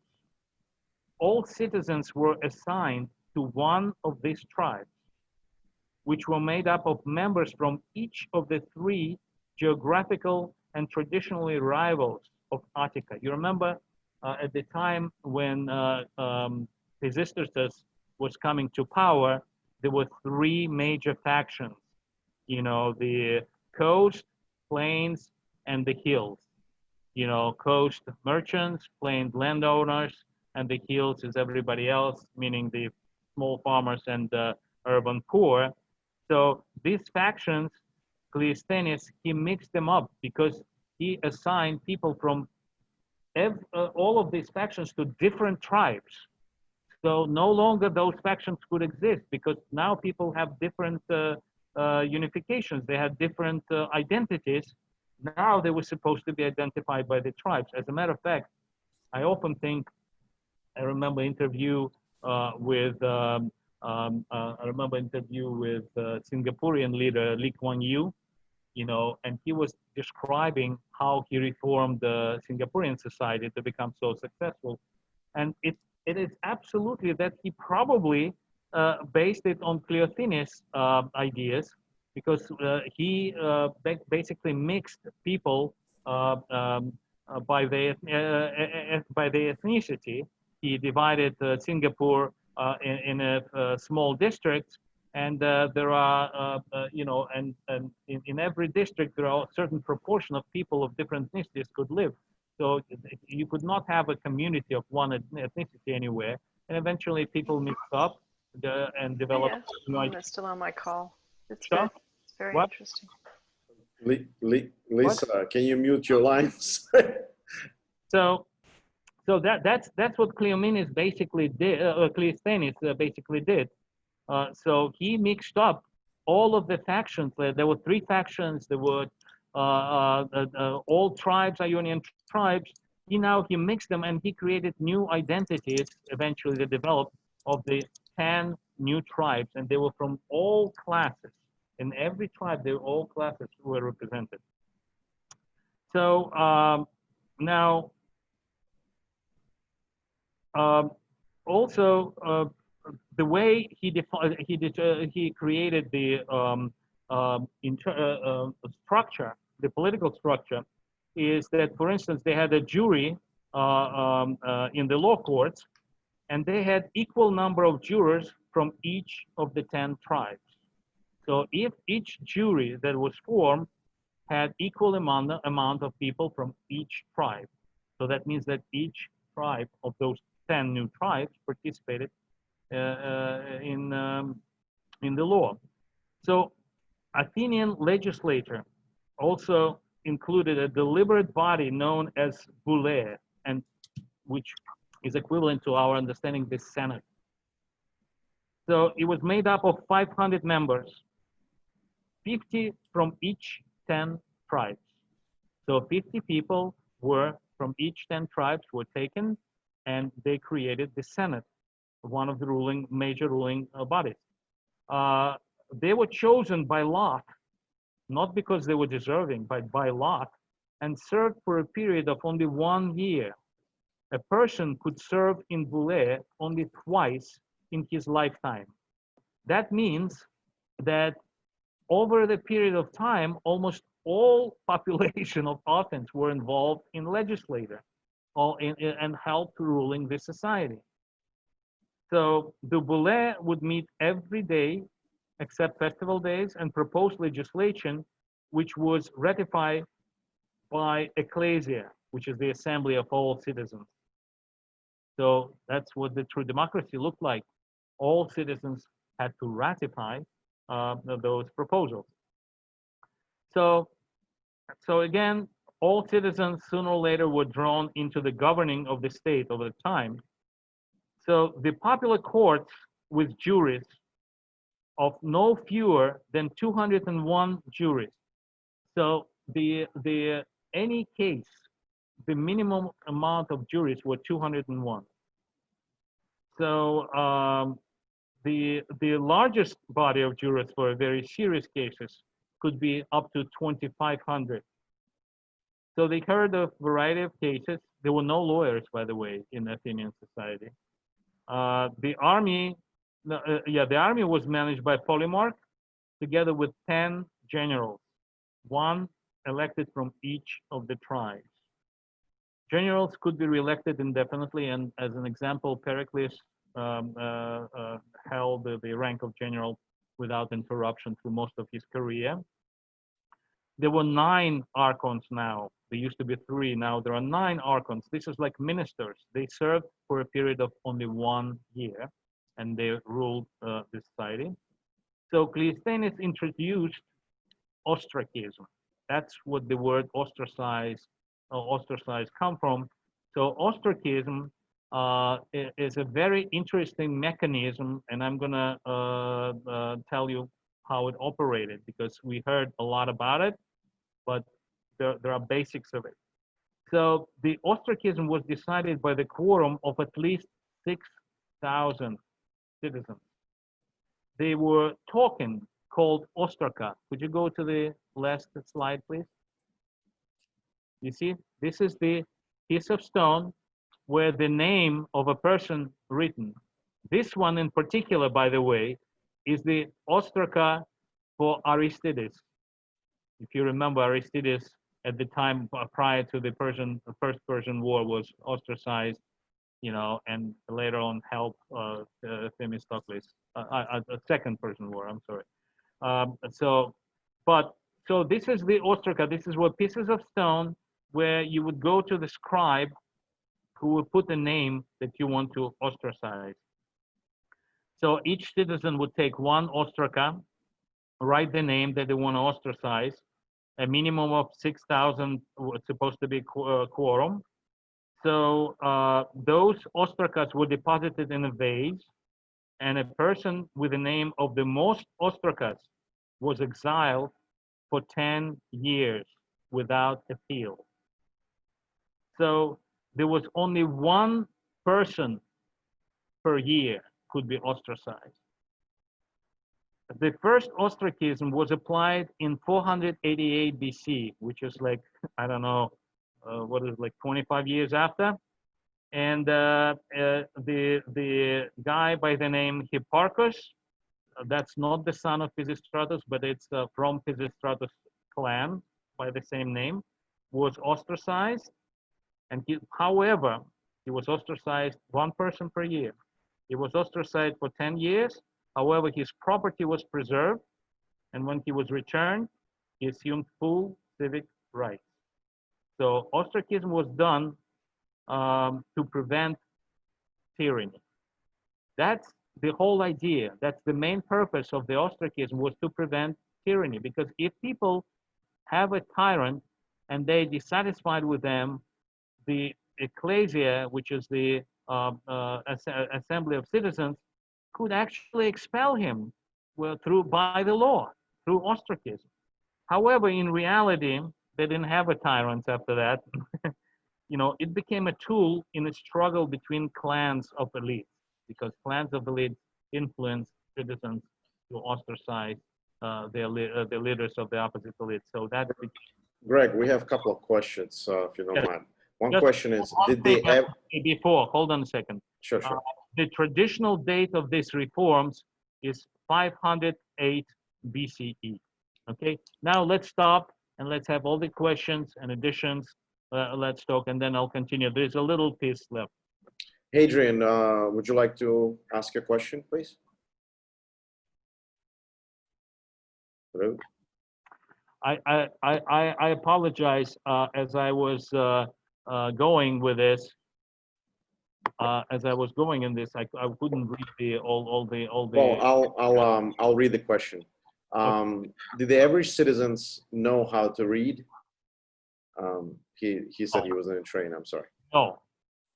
No. The average citizens, they didn't know how to read, and that's why there were scribes at the period of ostracism, and that they would go and they would write the name of the person. So I mean, there was some literacy there. I don't know exactly, but it was not very high. And the literacy was. Sorry, just to follow up on that question though, wasn't like Homer and people's connection to Homer, were they hearing it orally then? Absolutely. And not reading it? Absolutely. Okay. Homer was purely, in the beginning, it was purely oral singing. They started to write a little bit in the 6th century BCE, and actually it was the Pisistratus at the second half of the 6th century BCE who commissioned the two leading poets, Anacreon and Simonides, to formalize the version of Odyssey and Iliad. Prior to that, there were different versions, different pieces, parts of it written. There was no full text, formal full text existed, and most of the people heard it. It was presented orally.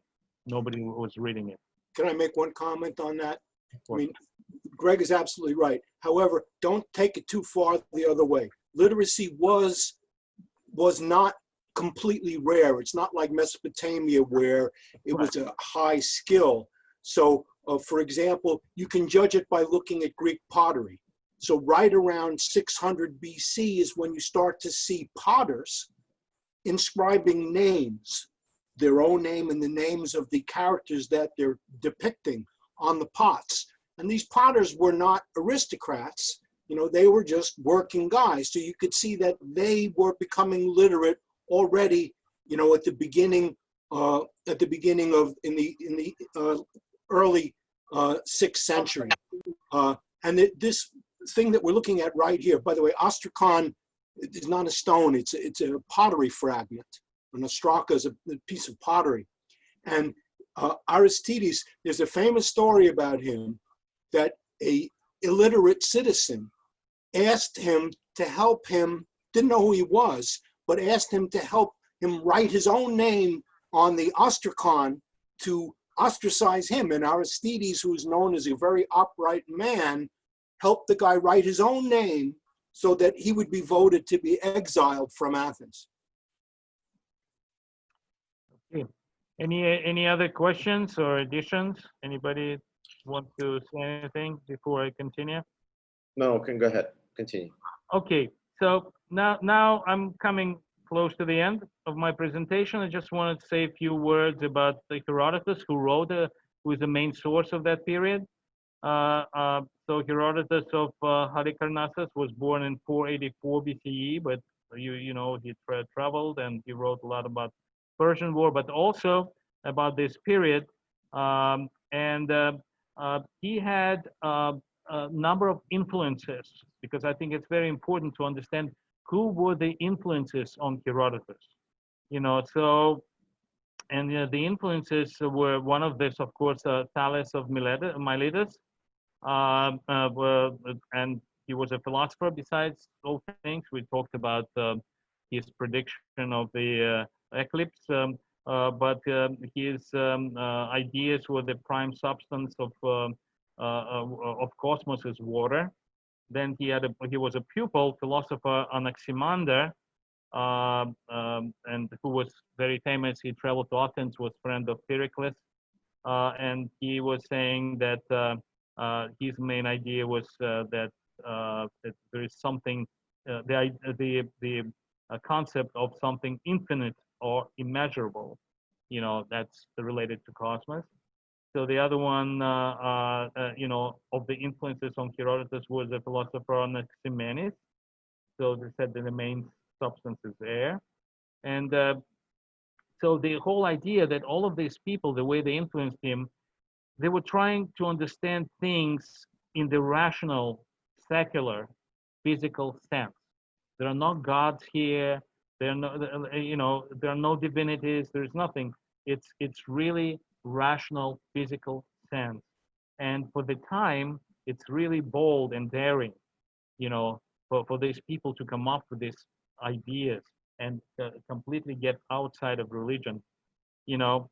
So now Herodotus, as you remember, wrote about Croesus, as you know, but this particular part is related to Solon, who actually, in his travel, one of the reasons he was selected at the time is that he was worldly man. He traveled a lot. He knew how people live and organize their society. So Solon met Croesus, and Croesus obviously knew that Solon was one of the 7 sages, right, at the time, supposedly. I don't know if the idea was developed later. But he actually was very rich man. You know, Croesus is a big empire, rich man. So he asked Solon. You know, I find this part that Herodotus wrote particularly interesting, because there is some very interesting idea here. So he asked Solon, could you please tell me who is the happiest man on earth? And of course, he's expecting Solon to tell that, of course, it's you, Croesus. But Solon says, oh, it's an Athenian man by the name such and such. He said, why? Well, because he's a virtuous man. He had a good family, and his children loved him and all this stuff. So Croesus said, okay, all right. Who is the second happiest? And then Solon goes and names somebody else and explains. So Croesus getting really, really upset.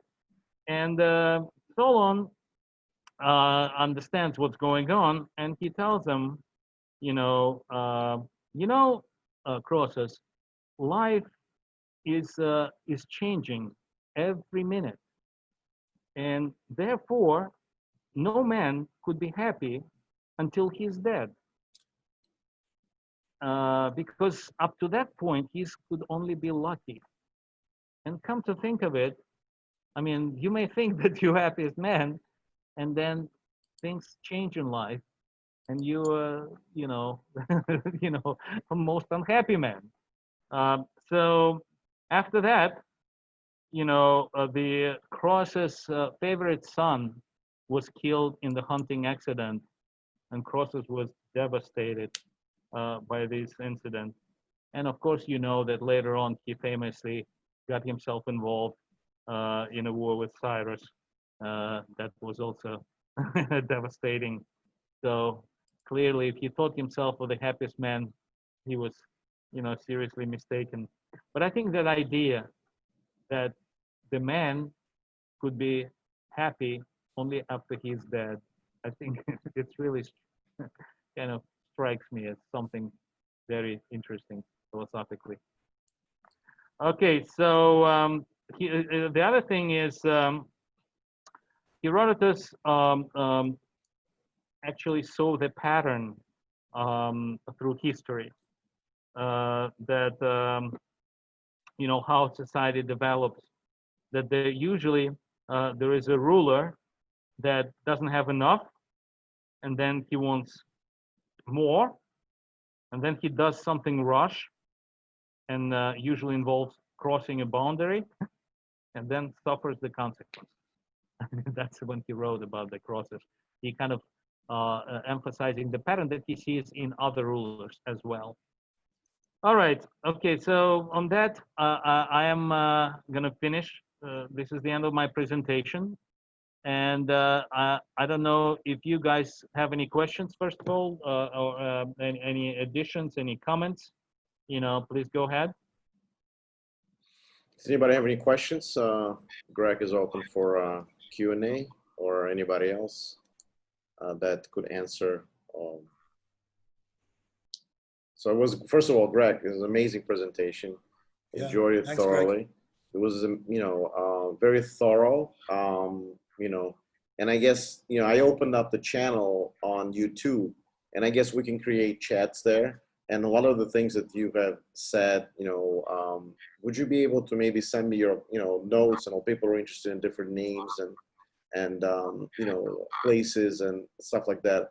Like maybe I can even post the notes up, on the channel so that people can, go ahead and find the names of places and things like that. They were incredible, very thorough, detailed things we didn't know. I appreciate that, and thanks for everybody to participate. I want to go through a schedule quickly, if nobody has any questions. Well, actually, that Paul also prepared some presentations about a few other tyrants. Okay, Paul, you wanna go ahead? You want me to give you control?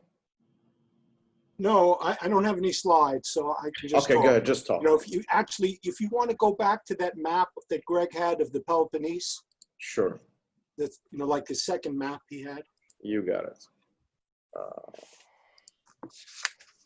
So I just wanted to say a couple of things. First is that, exactly as Greg said, this archaic period is really the key when the genius of the Greeks starts to emerge and something really revolutionary is happening in Greece.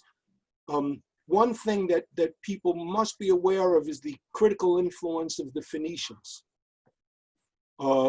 the Phoenicians basically showed the Greeks what it meant to be advanced. They showed them a lot about seafaring. They showed them a lot about metallurgy. They showed them the alphabet. And so there was a big influence of the Phoenicians on the Greeks in the very early point of this expansion, and they were kind of rivals in the colonization. As many people know, the Phoenicians also were widely colonizing in the Western Mediterranean. And so that was really a key to understanding. The Greeks didn't just come up with it all by themselves. And the period in terms of Greek art is called the Orientalizing period, which is a reference to how these Eastern influences, cultural influences, technological influences are coming into Greece from the East. On the question of tyranny, I mean, Greg mentioned that Pisistratus was a very, very popular tyrant, and people may find that to be curious. But the fact is that the word tyrant actually comes from a Phoenician word, seros, tyrannos, and it really means ruler. And tyrants were initially beneficial. And what really distinguished tyrants from previous kings were that the tyrants were not from royal families and were often not even aristocrats. And they held power outside of constitutional means, frequently through military coup.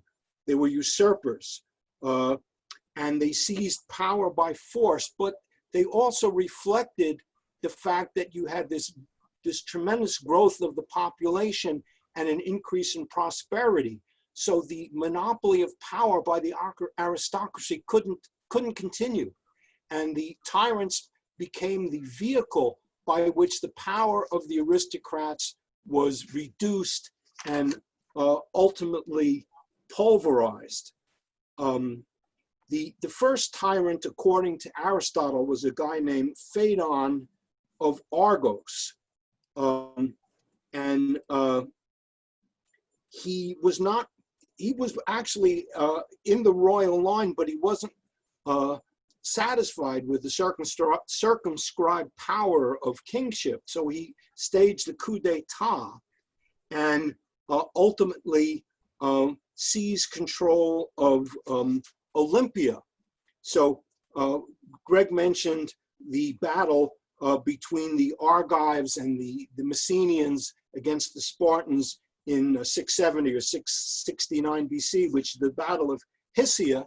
And that defeat of the Spartans by Argos basically allowed Phaedon to seize control of Olympia, which is far in the west in Elis over here.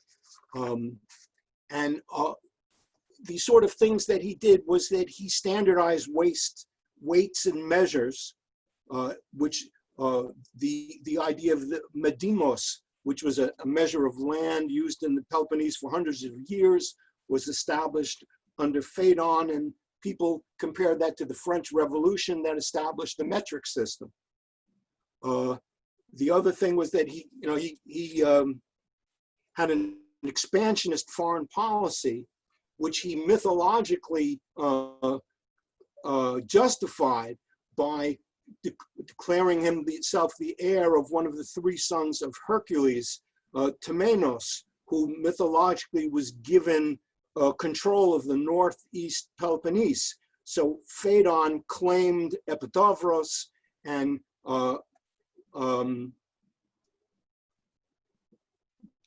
established this idea of an expansionist policy among by the tyrants. Ultimately, he tried to conquer Corinth, and Greg talked about Kypselos, the tyrant of Corinth. Well, Phaedon is said to have died in the war against Corinth, and Kypselos emerged from that as the dominant figure of his period. The story that Greg told of the mythological story of him in the box, which similar to the story of Moses, similar to the story of Sargon the Great,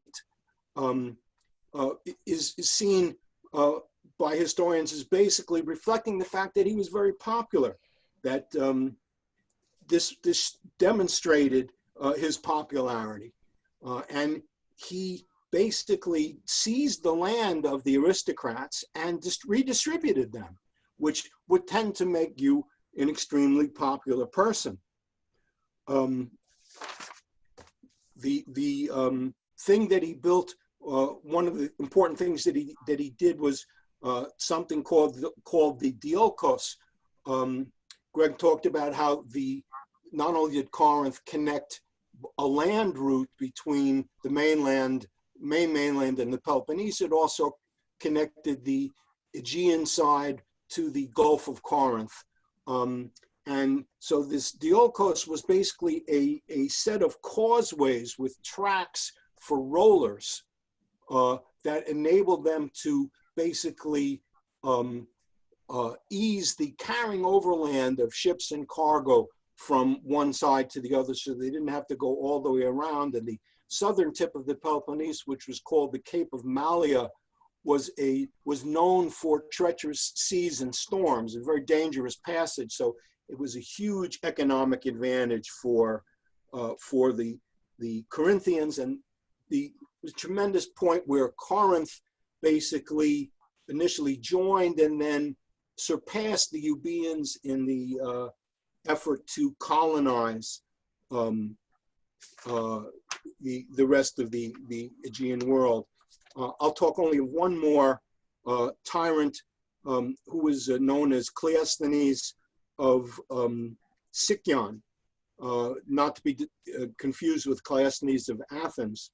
One of the notable things that he did, one of the local Greek polis tried to seize the Oracle of Delphi,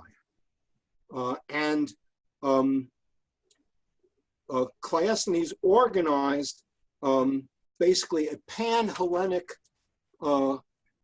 coalition to retaliate against this and establish Delphi as a pan-Hellenic site. It was called the Amphictyonic League, and the war was called the First Sacred War. It's something that is a constant running theme in Greek history, and later when we talk about Philip, the father of Alexander, we'll see that he intervened in this was part of the excuse that he used to justify his taking over of Greece. So that's really mostly what I wanted to say, and that's it. Thank you. It was great. Thank you, Paul, for additions. And let me just, anybody has any questions? Any comments? Hello? No, I guess not. Just super great. Yeah, thanks. Yeah. Thanks, guys. I always learn so much from these things. Thanks so much. Yeah, and let me just Great go. job. Thank you. Yeah, it was an incredible job, both of you, Greg and Paul, and thanks. And then, testament to you guys, all 24, 25 people were staying up until the end. Just recently, I think just 1 minute ago, that people, maybe had things to do, because I only have scheduled for 2 hours. And when it spills over, because we just enjoy all this. I just want to go through some schedule updates. So next week, as you know, we switched Russian front of World War II with War in Pacific, say part 2. Aaron, you're up for it, right? Oh yeah. Yeah. Showtime. Perfect. Then on the, let me just quickly go through it. Sorry. We have Greek art with Paul and Greg. Dido has things at work, and so Greg had Quick supplement. comment on that, Go ahead. Zach, just to relate it to today's presentation. So what I'm going to be talking about is the art that was created exactly during the period that was the main subject of Greg's presentation. So it will kind of, I think, deepen the focus on this revolution of the Greeks and the birth of the Greek mind.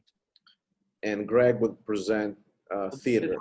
The theater in classical age. I mean, how its development in class. You know, so you could put, instead of Dido, you could put me as a theater.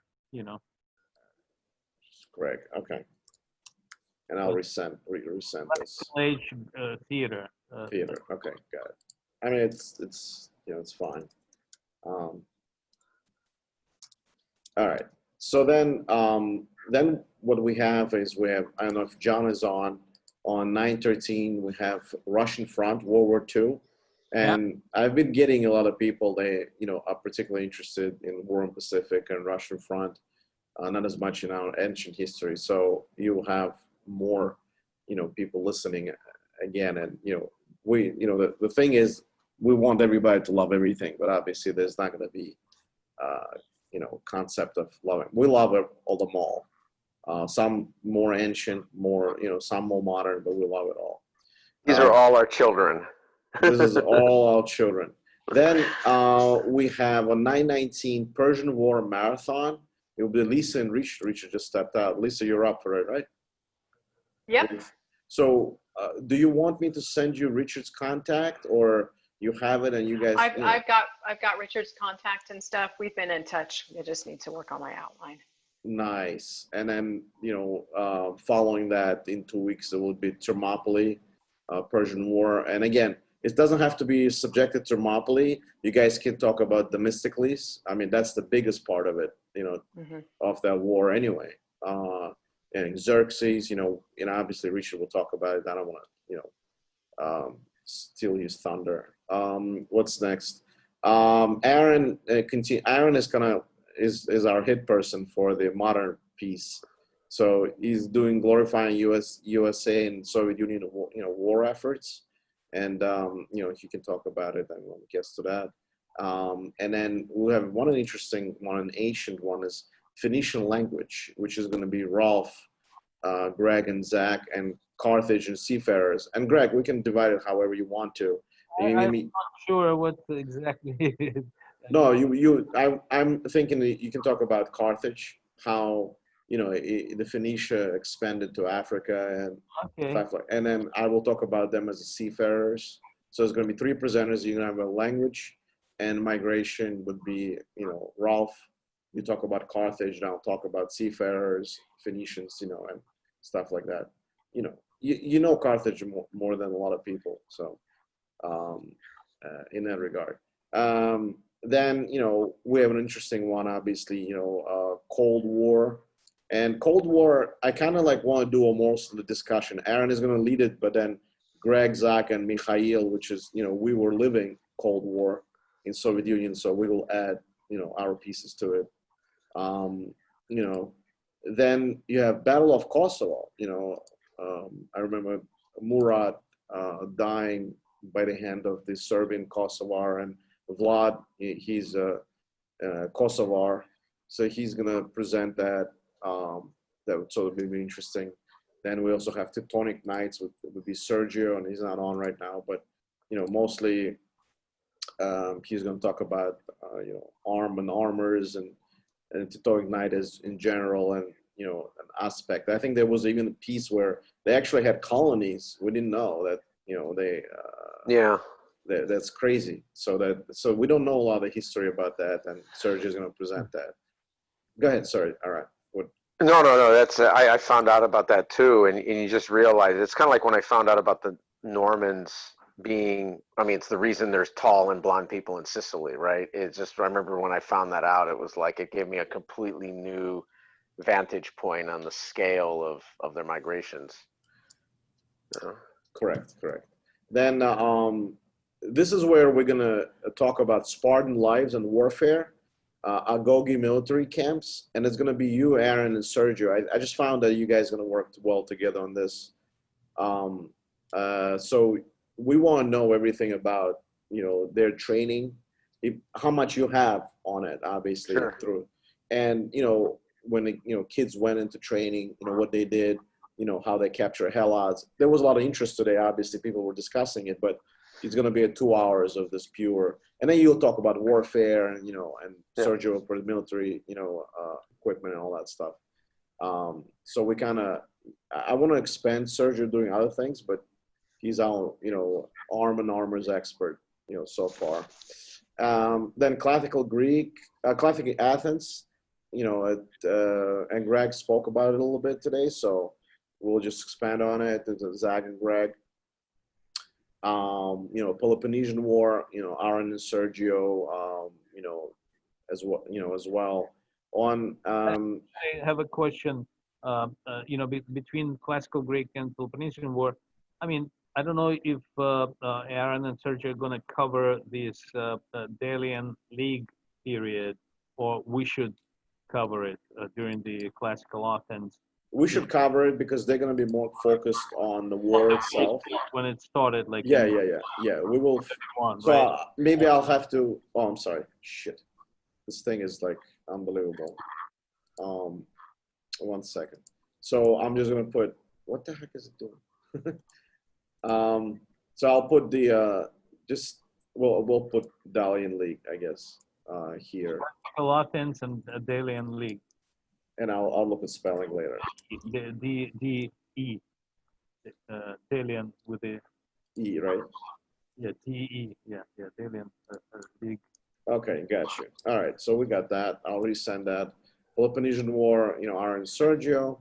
Fall of Sparta, I assigned John to it. I know, John, you're up for it. It will be in December.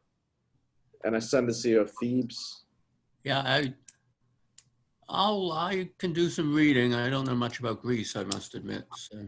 But it's good to, expand in other regions and know more, obviously. Yeah. So it's, we're always not, we're not all experts. That's why, and we have Paul and we have Greg to add points. So those guys, good about, exactly. And we have Ralph as the language Jedi. And then we have Ralph as exactly. You can always, add migration, language, and, climate and all that stuff.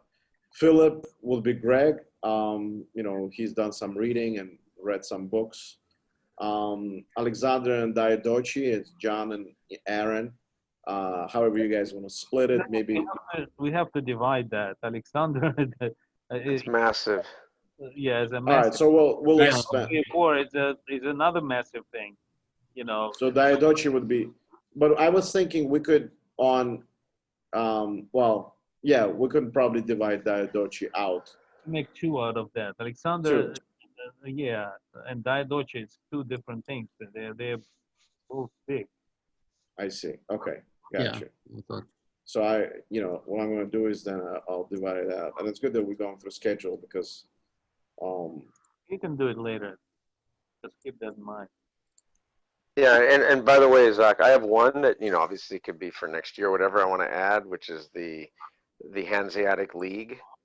Like I kind of call them like one of the all-time underrateds that no one really. Oh shit! I totally forgot to add that one. It's gonna be after Bushido. Yeah. Okay. How do you spell that? Hanseatic.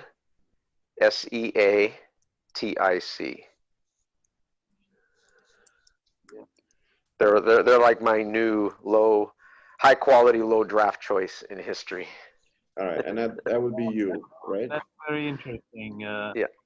All those Baltic states and. Yeah, they're just so funky, and they just have they're just like a bunch of funky startups almost, like 800 years ago. It's really weird.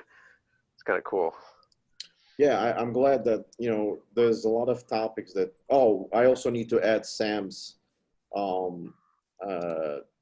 people without a state. I mean, that would be interesting. I'm so interested in that. Honestly, if I can make a suggestion, like I said, I don't want to touch that topic with a 10-foot pole. It's, extremely nasty. And no, I'm serious because I come from, part of the world where, a lot of the ethnicity is being discussed, course. You'd have to take So like how a about this one? I'll four give you a semester better. graduate level course to get even a handle on some of the topics. But another topic I am actually interested in Uh-huh. is the cultural Cold War. You mentioned the Cold Ah, War, so yeah, I'm that's interested awesome. in the cultural aspects, and in particular, especially in the West. Yep. I wasn't in the former But Soviet bloc. which subject matter I'm mostly interested in? I used to work for a guy who was from India, and how did the in India they view the World War II? You know, that view was incredible.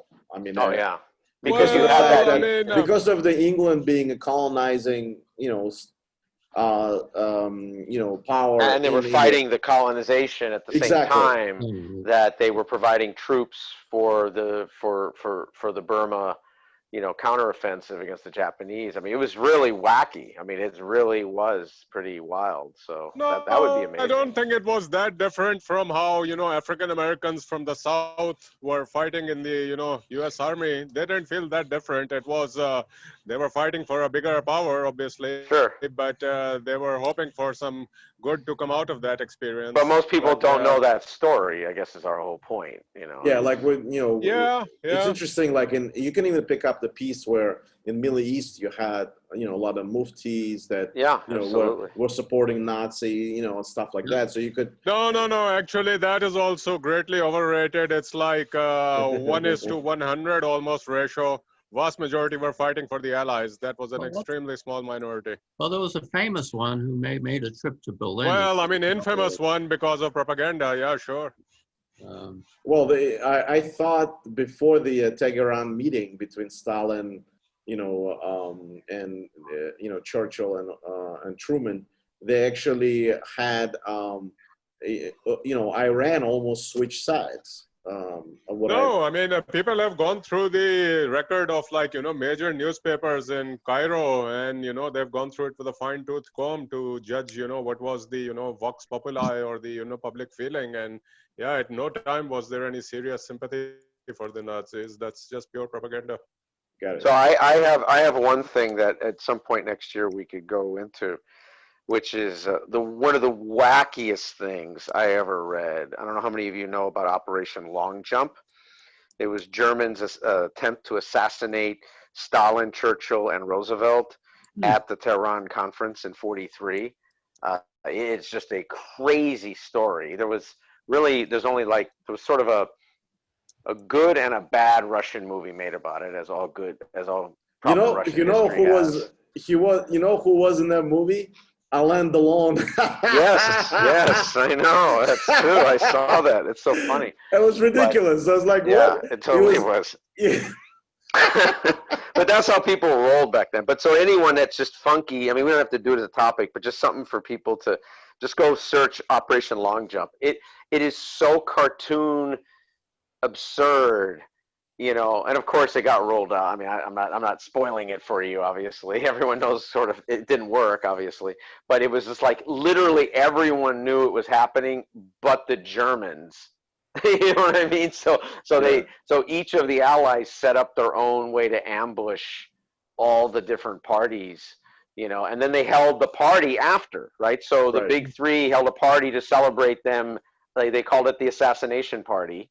That's They true. they went to it, like all the people on all three sides, and celebrated, got drunk, and all this stuff, and it's just it's just one of those weird things, But anyway, So I guess after the nuclear, one of the ones I'm excited about is Mark is going to do history of wine and winemaking on 11/22/2020, and the proposal is if you guys have capacity and buy like an expensive wine, and we all would go through, maybe buy like different ones, or just buy the same wine type of thing, and we can online kind of taste it, and he will go through what's the texture, where it come from, which valley, and we all kind of pretend to be a wine experts but really don't know. I don't know much about it, and he's going to talk about it, and it's going to be great. Then Aaron is going to continue on nuclear race and Soviet versus USA. Then we have Ways of Samurai, history of samurai. Sergio. I don't know if, it's going to be Bushido code type of thing. Then we can add ninjutsu there as well, ninja and stuff like that. So we'll see how it goes. Creation of Israel would be Rich. Bushido code, Bushido code. I'm sorry, that was Hadrian. Hadrian, and I was thinking of adding, forget the name, the guy from Japan that joined. But I'll look into it. Hanseatic Lake Aaron, and Culture Cold War would be Sam. On the ancient side, I split the Diadochi and Alexander, and and again, you can guys do together both Alexander and both Diadochi, Aaron and John. Hellenistic would be Paul. What does it mean to be Greek? Hellenistic to Hadrian. And let me just say that what that actually is will be the social history that matches the political history. So I'm going to be talking about the period of the Diadochi, but I won't be talking about politics or war. I'll be talking about development of the Greek cities, and that's the question of what does it mean to be a Greek?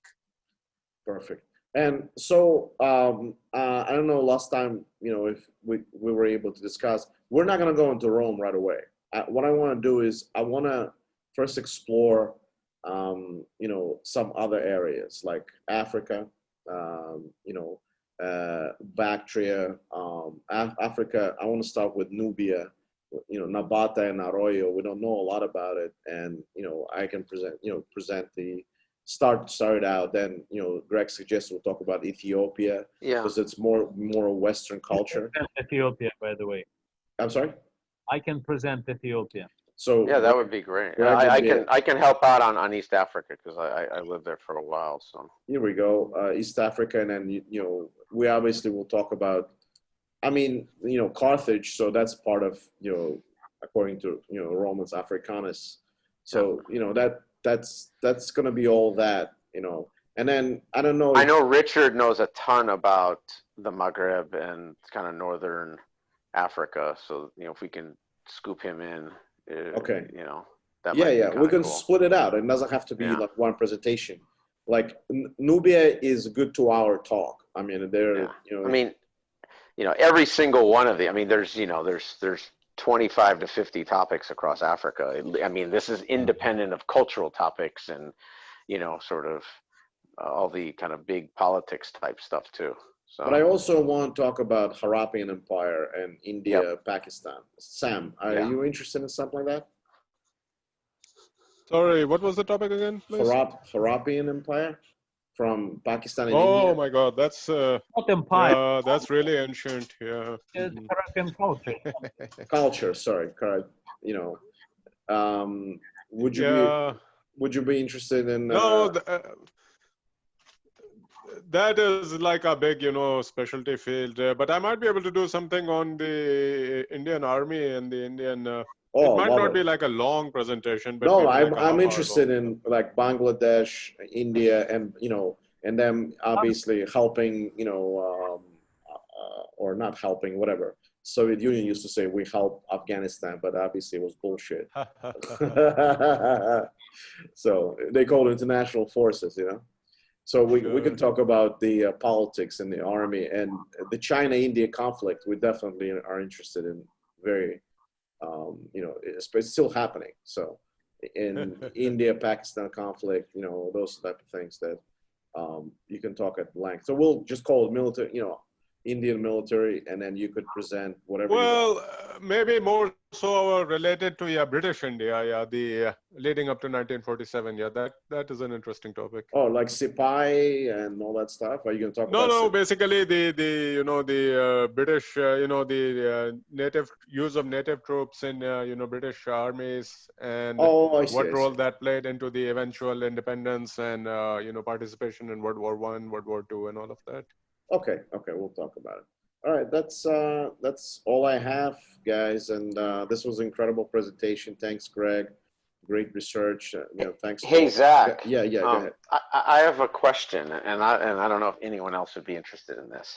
I've thought about, like, given how much firepower is on this call always, and just great backgrounds and ideas, that maybe we could have you know, it could be, you know, obviously not formal and in a, you know, in a kind of simple way, but, you know, we could have like history hour or something, you know, every week